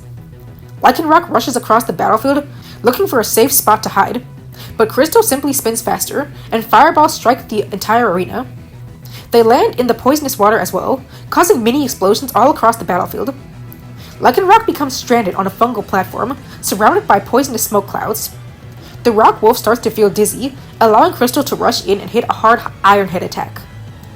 Lycanroc is slammed into one of the battlefield structures. How at this point sees it fit to end things and calls for Flare Blitz. Crystal runs in to use the attack, surrounding herself in fire and rushing across the noxious swamp, seemingly completely unharmed. Rotomdex wonders if the fiery coating is preventing Crystal from feeling the full effects of the poison. Gladion says that, even if it is the case, it surely won't last for long. The Alolan Marowak inches closer, but this is when Ash shocks everyone and calls for last resort. What's the point in using that move against a ghost type? Acerola wonders. It won't do any damage, so what's that kid up to? Well, it turns out that Crystal wasn't the target, and Ash tells Lycanroc to aim the attack at the ground. Lycanroc fires the star-shaped energy wave toward the ground in front of Crystal. Though the swamp water isn't too deep, the burst from the attack fires a blast of poisonous water toward the fire type, not to mention debris from the mushroom rocks. Crystal is flung backward from the explosion, and Ash orders a speedy Accel Rock. Lycanroc leaps from the highest position on the battlefield and slams into Crystal. How calls out to her, but it's too late. Crystal hits the ground unconscious, evening up the match. Two Pokemon have fainted on both sides, Celine says. The next win will determine who will take the lead by the halfway point. How then recalls Crystal and thanks her for her great battling despite not getting the win. He then sends Vaporeon back onto the battlefield. Ash meanwhile knows that Lycanroc took a lot of damage from that previous matchup, despite having an advantage. So he recalls Lycanroc to get some rest. He asks Pikachu if he's ready to go, and the electric mouse nods. Pikachu bounces across the now largely damaged battlefield and stands ready for battle. Hala hopes Hal will take precaution, not only due to the type disadvantage, but also because of how Vaporeon already battled and took quite a bit of damage. Hal wastes no time in opening the battle with Rain Dance, just as he did in the beginning of the match. He immediately follows that up with a fully powered Scald. Ash has Pikachu counter with Thunderbolt. But Scald winds up overpowering Thunderbolt due to the rain, with Pikachu taking heavy damage. Fortunately, he lands on the edge of a fungal platform, avoiding the venomous water. Aqua Tail is commanded next, and Pikachu counters with Iron Tail. He slices through the whirlpool forming around Vaporeon's tail and lands a decent blow. But Vaporeon simply counters back with Shadow Ball, sending Pikachu back. Thinking quickly, Ash has Pikachu use Electro Web to form a net and bounce upward to the largest fungus in the center of the battlefield for safety. Hal calls for a Shadow Ball barrage to knock Pikachu down, but Pikachu uses Quick Attack to avoid the attack and hop across the battlefield, with Vaporeon struggling to land any attacks. Pikachu is getting in close, so Hal has Vaporeon dive into the swamp. Ash comes up with a plan and orders Pikachu to use Electro Web onto the water. As electricity surges through the noxious pool, the catfish struggles to resurface. But Hal knows he's running out of time, so he has Vaporeon slice through the Electro Web with Aqua Tail. She manages to do so, though as soon as she's visible, Ash has Pikachu slam an Iron Tail onto the catfish. Up close, Vaporeon takes the opportunity to use a point-blank Scald, and powered up by the rain, the move crashes into Pikachu with massive force. But Ash tells Pikachu to fight through it and use Thunderbolt. Using all of his might, Pikachu uses his attack. Lightning surges through the heated water, striking Vaporeon and causing a huge explosion. Both are launched backward, with Pikachu smacking into one of the smaller shroom structures. Meanwhile, Vaporeon lands into the poisonous water, right as the rain ends. But it doesn't even matter, as Kukui deems Vaporeon unconscious and unable to battle. With 3 Pokemon down on Hal's side, Ash is now in the lead, and the battle will now break for halftime. Kukui allows Ash and Hal to head backstage for a bit of rest and planning. The battle will recommence in 10 minutes. In the audience, Celine, Lily, Gladion, and Elio begin chatting. Hal started out strong, but Ash managed to pull his way into the lead for now. But things can change in an instant, so it's still anyone's game, Elio says. And let's not forget, the battlefield will play a huge role in changing the way each side approaches things, Lily adds. Celine nods. That's true, and who knows what kind of terrain they'll be battling on next. Not that I think anything could surpass a poisonous swamp in terms of difficulty. She turns to the blonde next to her, who is oddly silent. And what do you think, Gladion? Any ideas on how this battle will go? Gladion meets Celine's eyes and speaks seriously. Hard to say. Ash and Hao are somewhat predictable, but it's still a mixed bag in terms of their battling styles. It's always a mystery on what they'll do, so I can't make a judgment either way. We'll just have to watch and wait. He shrugs. I guess you're right. Leave it to you to say something so profound. Never thought I'd hear those words from you. You must really like me now, he says with a smirk. Immediately, Celine begins yelling at the boy, much to her friend's amusement. Whatever, she says, before sighing. Honestly, I really hope Hao can pull through and win this. Oh, so you're outright rooting for Hao now? Gladion asks. Lily and Elio look at her in surprise, causing Celine to become a bit embarrassed at the situation. Despite what she said at the beginning of the battle, deep down, she admittedly did want to see Hao win this just a tiny bit more. Gladion surprises her and simply asks why. Celine explains that she felt Hao had so much more to prove over this entire journey. Not only with his grandfather being a kahuna, but also with Ash coming into the island as a league winner from another region. Ash has basically been propped up as a legend since day one, and don't get me wrong, he deserves it, but... Gladion cuts her off. You think Hao deserves to prove those who doubted him wrong? She nods. That includes me, I assume. Celine smirks. Well, that would be a nice bonus. Though, that wasn't my concern at all. I just think Hao has earned this, so I'm going to cheer for his victory. Gladion gives a small smile. So you do have a heart, he says sarcastically. You little... We were having a moment, and of course, you go and ruin it. In the midst of Celine's yelling, Lily pipes up. If that's the case, I'll root for Ash, Lily says. So both of them will have friends cheering for them. Me too, Elio says. Huh? I thought you were on Team Hao, Celine asks. We may as well make it equal, the boy replies. You and Gladion cheer for Hao, and Lily and I will support Ash. Fine by me, Gladion says. Awesome, Celine shouts before slowly realizing the implications of the situation. Wait a minute! As Celine rages at Gladion, much to her friend's amusement, Ash gives a pep talk to Pikachu. He commends the Pokemon on battling so well thus far. But this next half will be the most important battle of their journey so far. They're only a few matches away from finally winning a league and becoming champions. Not only champions, but the first champions in a debut league. He tells Pikachu that they should give it their all. The mouse nods, jumping to his trainer's shoulder with a cheer. Hao, meanwhile, chats with Rotomdex. Rotomdex reminds Hao of Ash's remaining Pokemon, their typical strategies, and how his remaining Pokemon can best face them.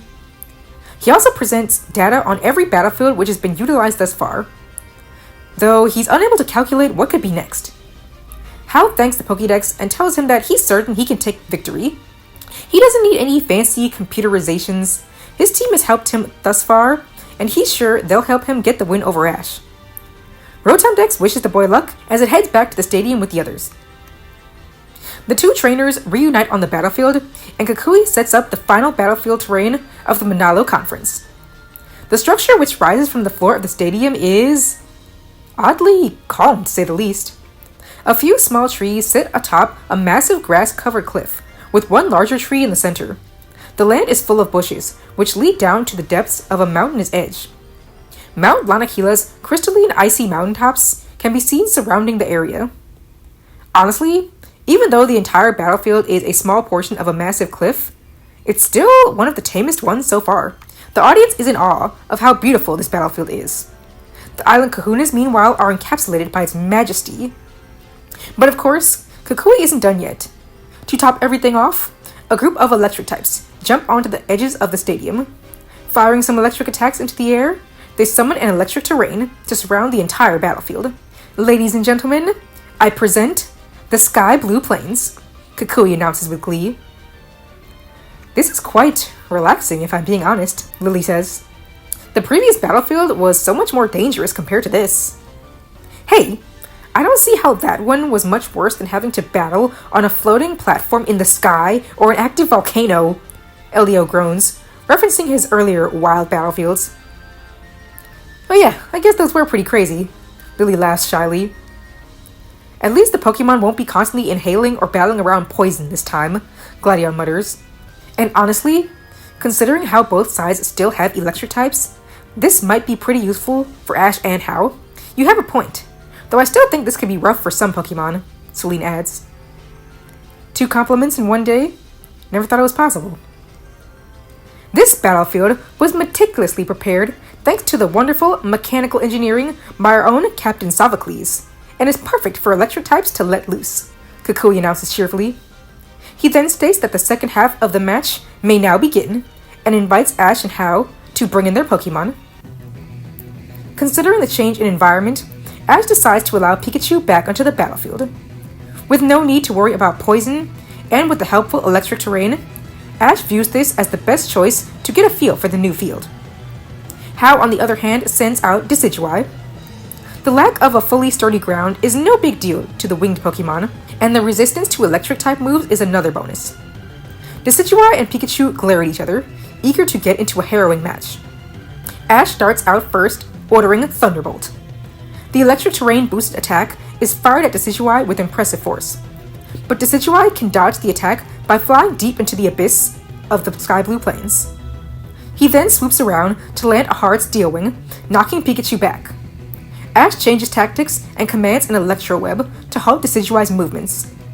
However, the large bird spins around and uses Grass Pledge, sending numerous columns of sharp leaves toward the electric netting, shredding it to pieces. Ash is impressed and orders Pikachu to use Quick Attack. Elio wonders what Ash is up to, knowing the attack won't affect a ghost type like Decidueye. Hau, on the other hand, already knows what Ash is doing, and as Ash predictably, in Hau's mind, calls for Iron Tail, Decidueye is already prepared to strike back by firing off a Spirit Shackle barrage. Pikachu tries to use Iron Tail to strike away all of the arrows, but by that time, Decidueye has already charged up a Sky Attack to slam into Pikachu. The small mouse is hurled to one of the trees on the battlefield, colliding painfully into it.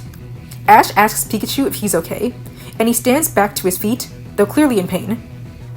Ash decides that Decidueye has too much of an advantage being able to fly and avoid damage from most of Pikachu's attacks. Understandably, he calls Pikachu back to his side. Celine isn't surprised by this, since Pikachu was taking a real beating and hadn't really done any damage to Decidueye at all. She praises Hau for his great battling. Meanwhile, Lily wonders who Ash will send out next. Gladion says it's no mystery. Only one of Ash's remaining Pokemon is a good matchup against Hau's partner. Indeed, Torracat enters the battle next, roaring loudly. Nano is curious to see how this battle will go. Ash starts out strong, commanding Fire Blast. Decidueye dodges easily and fires off a Spirit Shackle. Torracat, however, is quick enough to dodge, leaping to a higher ledge of the battlefield. Hau tries to knock Torracat off balance, calling for Steel Wing. Decidueye flies in and lands the attack, striking Torracat. Or so it seemed. In actuality, it was a substitute decoy. The real Torracat emerges from a hole in one of the battlefield trees and lands a hard Fire Fang. Happo praises Ash for his quick thinking. Hau, on the other hand, tells Decidueye to shake Torracat off. The large ghostly bird flies high into the air erratically, when suddenly, a random lightning bolt strikes the ground. The Pokemon, trainers, and audience alike are shocked by this. Kukui and the captains, though, not at all. From his seat, Sophocles states that the clouds of the sky blue plains are artificial and powered by electric Pokemon. They look like normal clouds, but act like thunder clouds in lightning storms, so electric attacks will strike the field every so often. Perfect, Hau thinks, and he tells Decidueye to use Grass Pledge and hurl Torracat toward the clouds. A swarm of leafy tornadoes knocks Torracat away, sending the fiery feline toward the sky. Indeed, another bolt of electricity erupts from the clouds, and this time it zaps the nearby Torracat. Ash is stunned as Torracat falls to the ground, thankfully hitting the earth instead of falling into the depths of the mountain edge. Hao isn't done yet, calling for a sky attack. Ash, meanwhile, orders a second Fire Blast to intercept. Hao surprises everyone, telling Decidueye to fly straight past the Fire Blast to attack. Celine becomes worried at this, because Decidueye is sure to take major damage. Gladion, however, says he might be okay, since Fire Blast covers a specific radius. Decidueye should actually be able to avoid the main attack.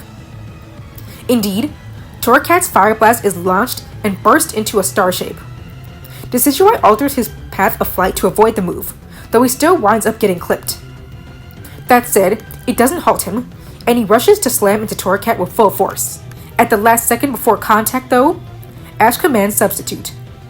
Torracat makes a duplicate of himself to avoid the attack, leading to Decidueye instead crashing into the ground, cracking it slightly. Hao calls out to his partner, asking if he's okay. Decidueye struggles slightly, but gets to his feet. Ash, on the other hand, praises Torracat for his amazing agility. However, he notices that Torracat, just like Decidueye, is beginning to show fatigue. Elio points out that Substitute causes the user to expend a lot of its own energy whenever used, so it's no surprise that Torracat is looking just as weary as Decidueye now. Ash knows that Torracat is the best chance to defeat Decidueye, and with both running low on steam, he knows what he needs to do. Placing his Fiery MZ on his Z-Ring, he tells Torracat that it's time to end things. Ash commands Inferno Overdrive. Lily panics on Hao's behalf. If Decidueye takes that hit, it'll be over for him, and Hao will have only 2 Pokemon left. There are ways for the bird to avoid damage, but both could cause him to get hurt. That said, it seems Hao only sees one solution and tells Decidueye to fly downward off the edge of the cliff to avoid the attack. Gladion views it as a smart decision. Inferno Overdrive can't be aimed downward without utterly decimating the entire battlefield. But Ash decides that it's all or nothing. He tells Torracat to aim the attack toward the artificial clouds in the sky. The Kahunas and captains become noticeably shocked hearing this. Combining the massive burst of fire with the electrical thunderstorm could be dangerous. Kukui asks for the local Mount Lanakila Pokemon to strengthen their safeguard protection for everyone. The wild Pokemon do so as the Inferno Overdrive makes contact with the clouds. A devastating explosion rings out, and huge balls of fire rain down across the sky blue plains. Nanu recognizes this unique attack. It's very similar to the fiery Draco Meteor-like attack that Ash and his Pokemon used to win his Ula Ula Grand Trial. Only in this case, being powered up by a Z-move has made it much more powerful. Now it's a fiery lightning storm. In addition to the fireballs hurtling down, huge bolts of lightning strike the battlefield as well. The artificial clouds also become swarmed by what appear to be a very real influx of dark thunderclouds stretching across the sky. Hao tells Decidueye to fly as fast as he can to evade everything. The massive owl wades through the depths of the battlefield, though things are becoming intense. The fireballs and lightning bolts are tearing apart the battlefield into an even more harsh landscape. Even Torracat himself needs to use his agility to dodge much of his own attack. Thankfully, his speed has always been one of his strong points. Decidueye, not so much. In this situation, Hao sees only one answer: to use his own Z-move. His Z-Ring is already equipped with the Decidueye Z Nanu had given him, so he tells Decidueye to use Sinister Arrow Raid.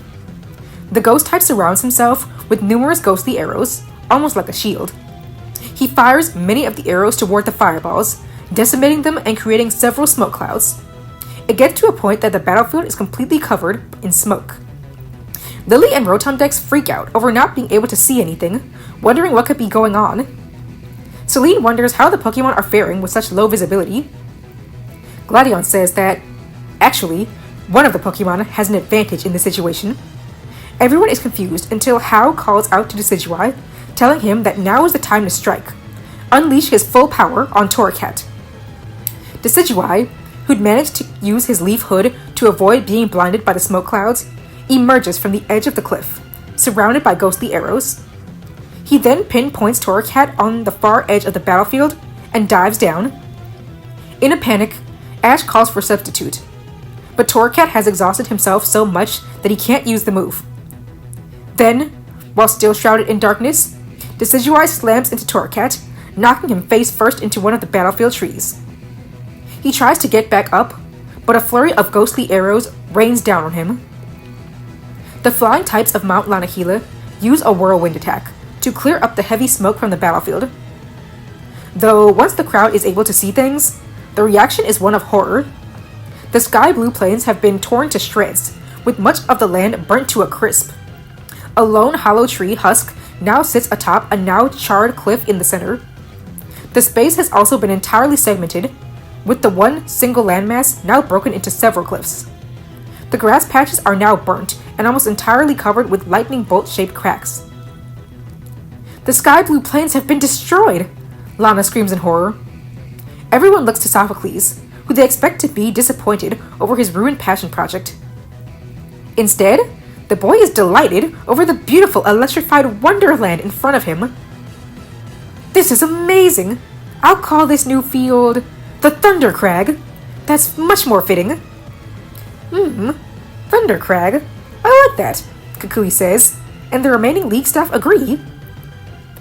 Meanwhile, right on the edge of said renamed battlefield is a clearly unconscious Torracat. Decidueye lands onto the ground, battle-worn, but still standing.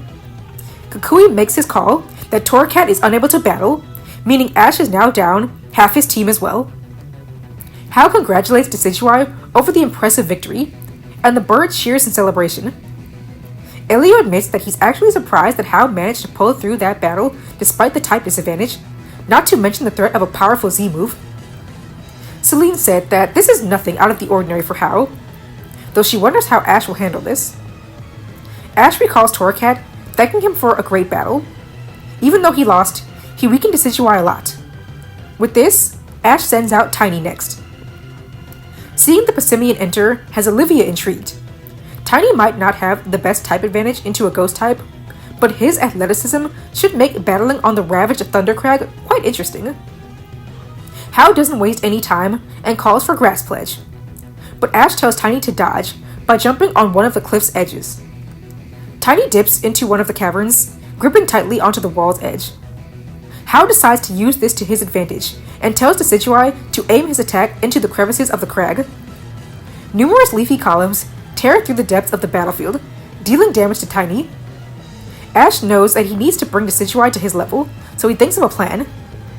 He orders Tiny to rush in with close combat.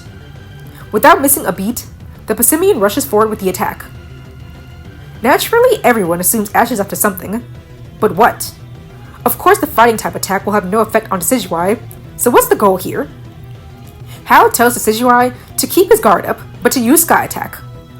The owl charges up his attack, then lunges toward his opponent. Once the two are close, Ash tells Tiny to brace for impact. Sky Attack lands, dealing huge damage to Tiny, but the Pokemon manages to remain steady, and Ash commands Fling. Everyone in the crowd is stunned, all except Kukui, who smiles, recognizing the familiar strategy. Ash tells Tiny to send Decidueye to the clouds. Tiny takes hold of Decidueye before doing a powerful flip, and tossing Decidueye upward. At that moment, lightning from the thunderclouds strike the airborne Pokemon, dealing a huge hit, thanks to the raging electric terrain. Decidueye slams into the ground, with electricity sparking across his body. He's paralyzed, Lily exclaims in shock. So that was Ash's plan? He couldn't have predicted the paralysis, but he likely just wanted Decidueye into the sky to make contact with the lightning strikes. And luring it to get in close with an ineffective move was the best bait, Gladion explains. Hal calls out to his partner, asking if he's okay. Decidueye nods, still eager for battle. Hal calls for Steel Wing this time. Decidueye leaps up, but paralysis causes his movements to falter. Ash doesn't waste a second and calls for Smackdown. Tiny hurls his berry at one of Decidueye's wings, knocking him down instantly. Kahili points out that Smackdown is a move that normally can prevent flying types from going airborne after being hit. Though while Decidueye can fly, it isn't a flying type. Still, Hapu says, an injured wing plus paralysis is devastating to Decidueye's movement. Hal commands Spear Shackle, since it can be used while his Pokemon is stationary. The attack is used, but Ash tells Tiny to dodge by hiding behind the tree husk in the center of the field. Numerous ghostly arrows pierce the tree, but Tiny remains unharmed. Paralysis begins to wreck Decidueye's body, leaving him vulnerable to attack. Hao knows that he can't afford to waste time and locks eyes with his partner. The two share a nod, and Hao orders Sky Attack. Decidueye charges up and goes in for the attack. Ash tells Tiny to use the same strategy as before. Celine is concerned, since Tiny will be forced to take another powerful attack once again. Nevertheless, Decidueye strikes the Passimian with another Sky Attack. Tiny takes the hard hit, but once again maintains his footing, grabbing the bird in his hold. He does an aerial backflip and tosses Decidueye downward with a powerful fling. The owl crashes into one of the decayed trees on the battlefield, decimating it into pieces. The audience looks in horror as Kukui stands, takes one look at the bird, and makes his call. Decidueye is unable to battle. Only 2 Pokemon remain on Hao's side. Hao sighs, but thanks to Decidueye. He's beyond proud of his partner for defeating one of Ash's Pokemon while facing a type disadvantage and damaging 2 others. He recalls the exhausted bird for a good rest.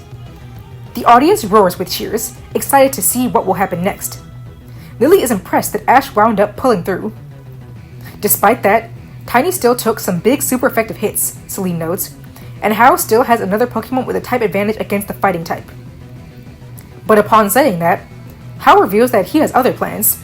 To everyone's surprise, it's Komala who enters the battle next. So this time it's Hao going into the battle with a type disadvantage, Gladion remarks. But let's not forget that Komala can use Play Rough and Zen Headbutt, Rotom Dex says, so Hao does have the opportunity to land some strong hits. Elio adds, still, Passimian is naturally a physically strong Pokemon.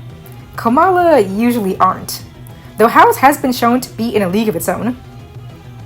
Seems like the strategies will be what determines the winner, Lily says, wishing both trainers well.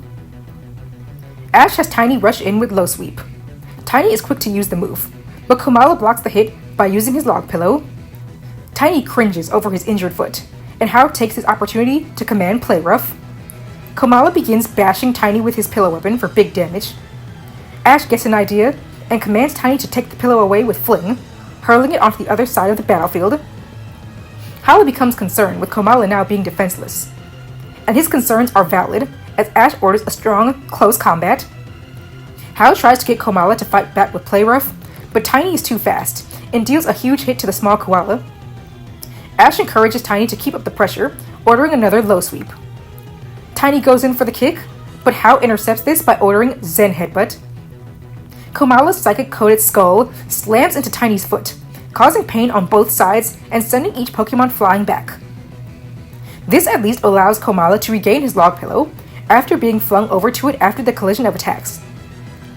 Ash tells Tiny to not let up and use Smackdown, but Tiny doesn't react, instead cringing in pain from the previous move.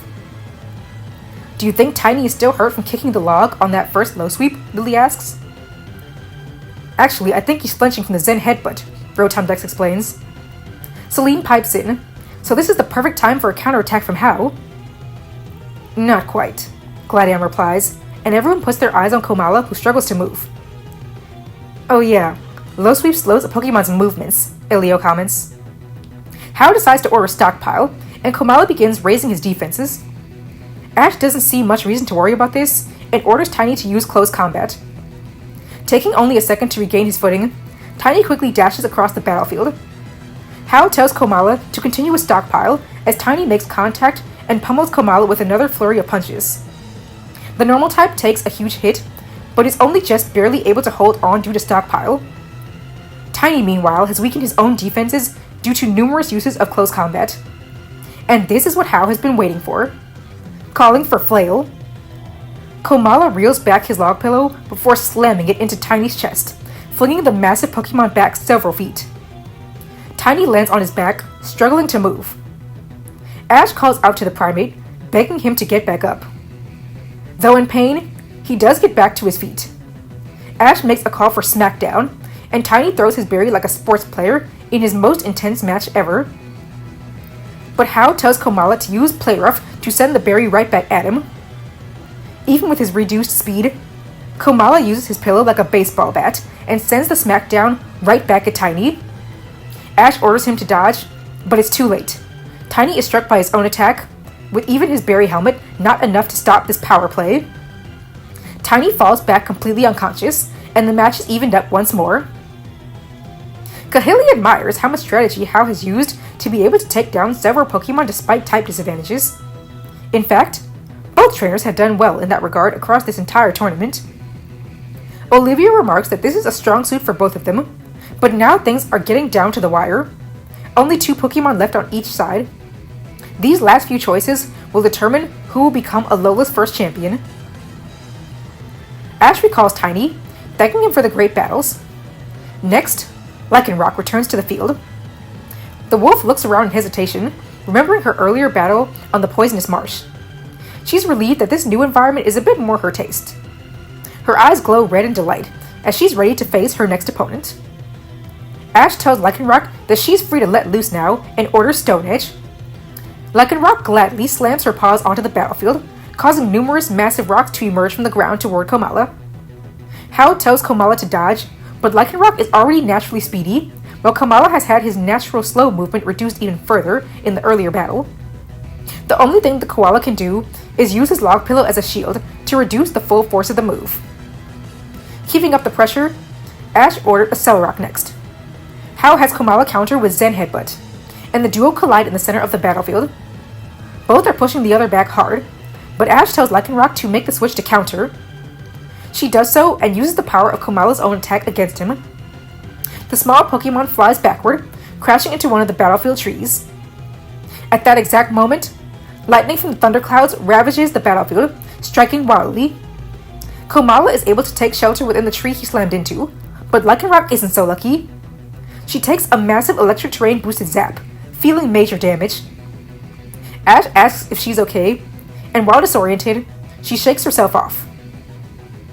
It's amazing how these battlefields can shake up the battle so much without the trainer even needing to do anything, Celine comments. That's just the beauty of battling on special terrain like this, Gladion says. Honestly, of all the League traditions Kukui borrowed for the Manalo Conference, I think this is easily the one that's had the most impact on the battles themselves. At this stage, both Pokemon are weary, Komala from his previous battle, and Lycanroc from her matchups in the first half. Ash and Hao need to make these next attacks count. Hao orders Stockpile, and Komala maxes out his defenses. Ash meanwhile has Lycanroc use a Cell Rock, trying to finish it off before it's too late. But Hao actually wanted this, and with Lycanroc up close, Komala can use his remaining strength to use Flail. Komala slams his log pillow into Lycanroc with more force than he ever used before. Though not very effective, it deals a decent hit. Considering how much damage Komala had taken over the battle, Lycanroc is hurtled back, but is able to land on her feet. Ash is now ready to finish things, commanding Last Resort. Lycanroc uses the move, and Komala, having exhausted all of his strength, takes the full force of the overwhelming attack. He is blasted back into unconsciousness, and Kukui deems him as unable to battle any further. One more Pokemon down, meaning Hao is down to his last Pokemon for this battle. Celine becomes increasingly nervous. That said, knowing Hao's final choice, along with Ash's, she has hope that he can pull through. Hao indeed does recall Komala and sends out his final Pokemon, being the first Pokemon he ever caught. Raichu returns to the battlefield, her cheeks sparkling with electricity, and thanks to the electric terrain on the battlefield, her third Surfer ability activates, giving her a boost in speed. Burnett comments that this battlefield is actually perfect for an Alolan Raichu, so Hao is lucky that this wound up being the final battlefield for the tournament. Kukui agrees, saying that electric types were meant to thrive here. Immediately she begins zipping around the battlefield, stressing Lycanroc out. Ash tells her to relax and use Stone Edge. The move is used, with massive crystalline rocks tearing through the crag. But Raichu, who is already naturally fast, can easily avoid the attack. Hao commands Discharge, and Raichu lets loose, electrifying the entire arena. Lycanroc is severely hurt by the attack, which is only more powerful due to the terrain. Ash asks if she can continue, and she slowly gets back to her feet, glaring at Raichu, remembering their previous matchup earlier in the battle. She's standing, but it's not looking too good. Ash commands a Cell Rock to match Raichu's speed. The wolf dashes over to the psychic rodent, but Raichu can effortlessly dodge by flying high into the sky. Raichu vanishes in a blip, leaving Lycanroc hurtling off the edge of the crag. No worries. Raichu grabs Lycanroc with her psychic powers, preventing her from falling to the depths of the cavern.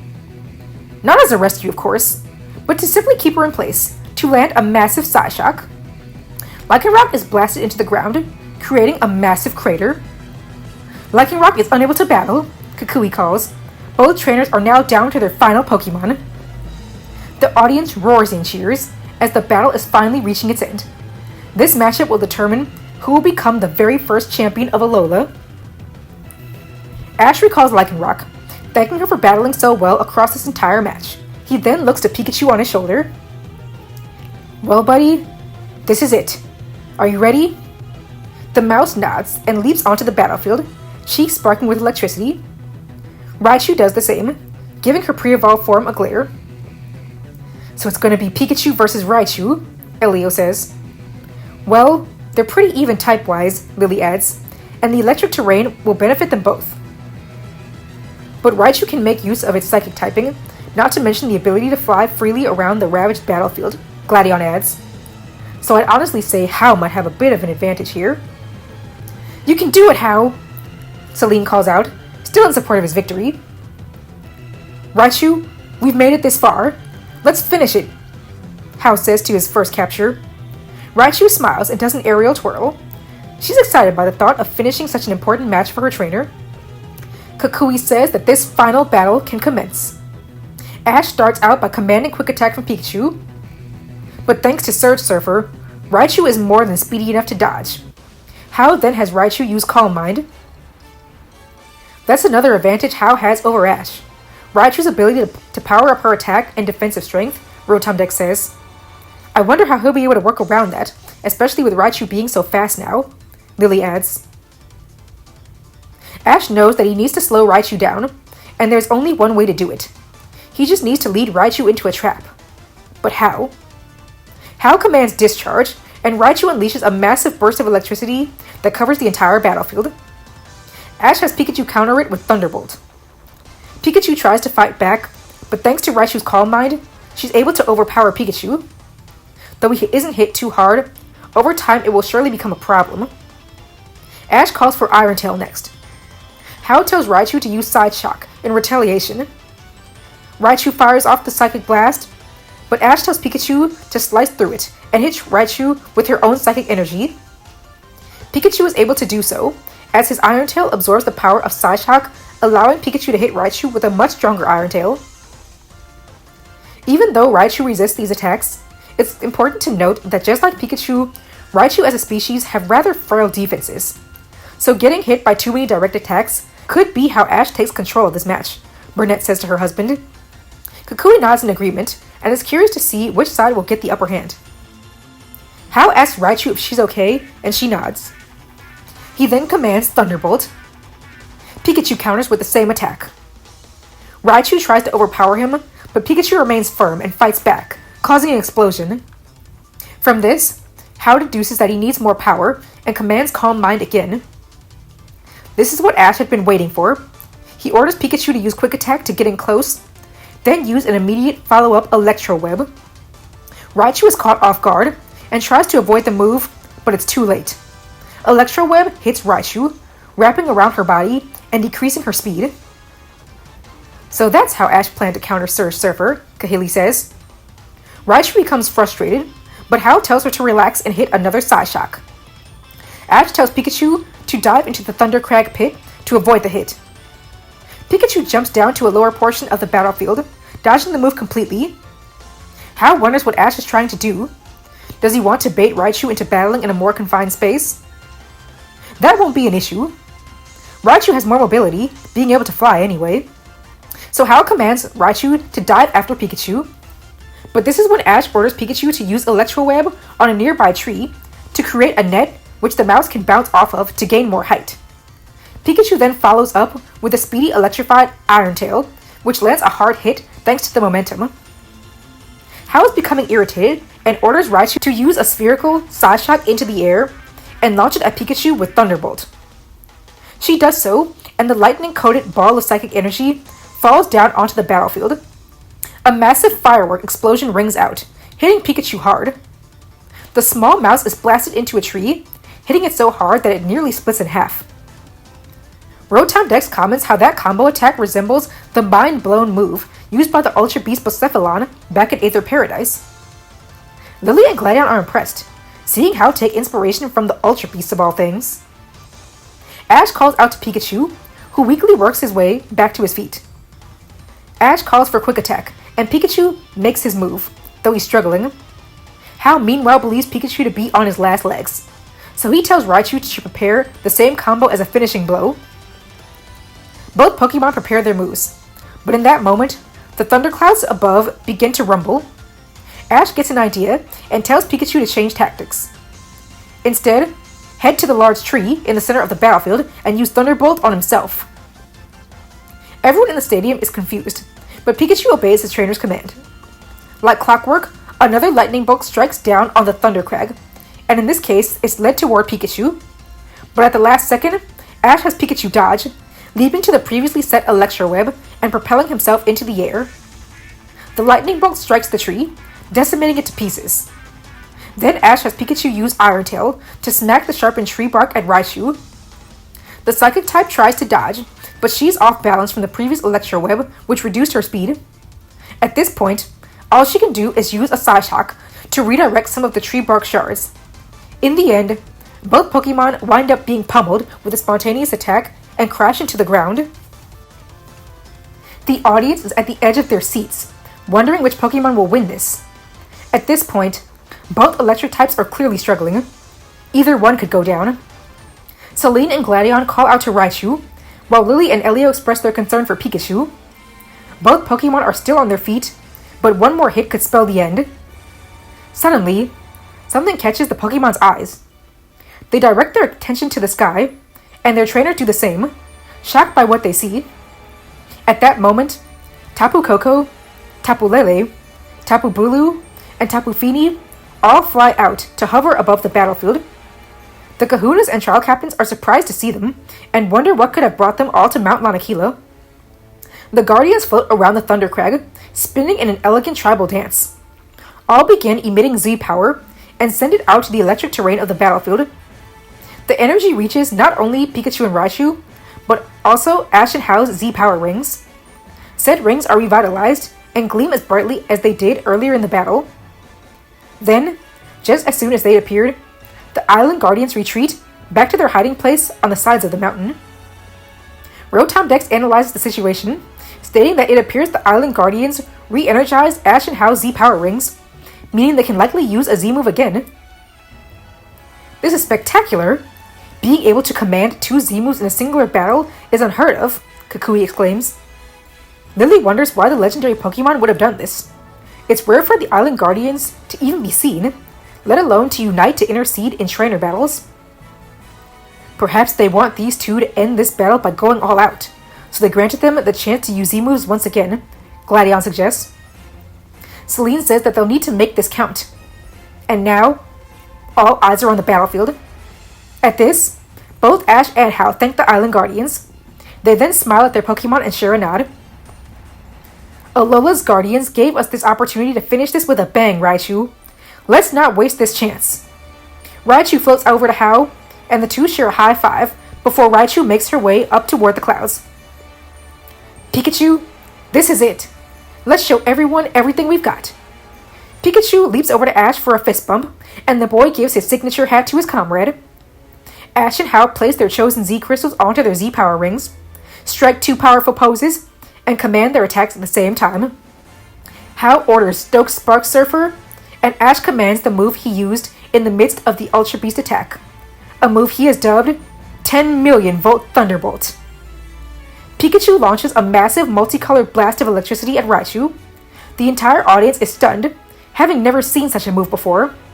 Raichu responds to the attack by immediately coating herself in electricity and surfing along the electric beams, building up power. Sophocles says he's never seen any Alolan Raichu use this Z-move in such a way before. The Pokemon work to overtake the other. Raichu surfs across the different electric waves, crashing through them with increasing power. But Pikachu sends more lightning strikes from the thunderclouds as well, slowly breaking down Raichu's attack. You can do this, Hao! Celine calls out. Give it everything you've got, Raichu, Gladion adds. Raichu pushes forward, using all of her might, and Pikachu fights back with the same intensity. Come on, Pikachu, you can do it, Lily shouts. Go for it, Ash, Elio adds. The electric terrain increases the power of both attacks, and the Thundercrack is slowly being torn apart once more. Raichu dives down at full force, ready to end things. Ash and Pikachu know they can't falter now. So, absorbed by Z-Power, they sync up as partners and fire the attack together. Ash and Pikachu recall their entire journey across Alola, and all of the opponents they faced, and how they've gotten stronger with each battle. They think about how even the legendary Guardians have recognized their strength in more ways than one. And now is the chance to show everyone their true power. The 10 million volt Thunderbolt soon becomes powerful enough to not only hold Raichu back, but to slowly overpower her. Now is the moment of truth. Pikachu dives into his own attack, surrounding himself with rainbow-covered electricity. Raichu uses all of the built-up energy she's absorbed to power up her own attack, and the Pokemon collide. A massive explosion illuminates the entire stadium, causing an energy wave so destructive that the safeguard protecting everyone nearly shatters. Kukui and Burnett rush to the edge of the battlefield, waiting in anticipation for the smoke to clear. Once everything dies down, Pikachu is hunched over, panting heavily and greatly damaged. The force was so much that Ash's hat was blown off of his head. Raichu, on the other hand, slowly descends to the ground. She meets Hao's eyes and gives him a small smile, before falling face forward onto the ground. Everyone goes silent, almost unable to believe what they've just witnessed. Hao's Raichu is unable to battle. The winners are Ash and Pikachu, Kukui calls out. Ash himself barely registers the professor's words. He did it? He won? He actually won a championship battle? Pikachu rushes up to him in delight, and the realization sinks into Ash. We did it! We won! We're Alola's first champions! The boy shouts in glee, happier than he's ever been before. Pikachu nuzzles up to Ash happily, overjoyed that he was able to win this battle for Ash. Hao, on the other hand, is unmoving. He hears the applause for Ash, as he slowly makes his way to Raichu, kneeling down beside her. The Pokemon struggles to meet his eyes, devastated that she was so close and yet wasn't strong enough to win this for him. Hao pats Raichu's head, thanking her for the amazing battle. He tells her that she's earned a good rest and recalls her to her Pokeball. A small tear escapes Hao's eye, ever so briefly, but he soon stands. He has no reason to beat himself up. He battled his hardest and made it to the finals of his very first league, Alola's very first league. He's happy with what he accomplished. He and Ash meet in the center of the battlefield and shake hands. Hao congratulates Ash and Pikachu for their victory. Ash praises Hao for his great battling across the entire league as well, and he says there's no one he'd rather face to earn this amazing victory. An opponent, his equal. Hao is stunned to hear this, knowing how, at the beginning of his journey, everyone always looked more highly upon Ash, even his own grandfather. To be called Ash's equal by Ash on the biggest stage in Alola, he's proud of himself. In the stands, Celine is bummed over Hao's loss, but happy for Ash, and celebrates with Lily and the others. The trial captains and kahunas also express their glee for such an amazing final battle. As the battlefield is cleared to prepare for the closing ceremony, Hala speaks with Hao backstage, praising him for doing so well in such an intense battle. He should be pleased that Tapu Koko and Alola's other guardians respected him so much to assist him in that battle. He tells Hao that he couldn't be prouder to call such a great trainer his grandson, and to represent their family on Alola's biggest battling stage. Hao is overjoyed and emotional, hearing these words from not just one of Alola's most highly regarded kahunas, but even more, his own grandfather, one of the most important people in his life. Hao tells Hala that he'll work even harder in the future, and maybe one day, he can carry on in the family name and become an island kahuna as well. The closing ceremony takes place, with Ash being given his victory trophy with his entire team by his side. Hao receives a second place medal for being the runner-up in Alola's very first conference. Tapu Fini, Tapu Bulu, Tapu Lele, and Tapu Koko celebrate as well, sending Z energy around the entire battlefield in the light. Professor Kukui then steps forward. To our island guardians, our kahunas, our trial captains, and the people and Pokemon of Alola, thank you for bringing this dream of mine into existence. I'm thrilled that I was able to bring this new historic moment to our region. I'm happy to present our very first Alola League Pokemon champion, Ash Ketchum from Pallet Town. The stadium erupts in cheers as Kukui continues. Is there anything you'd like to say, Ash?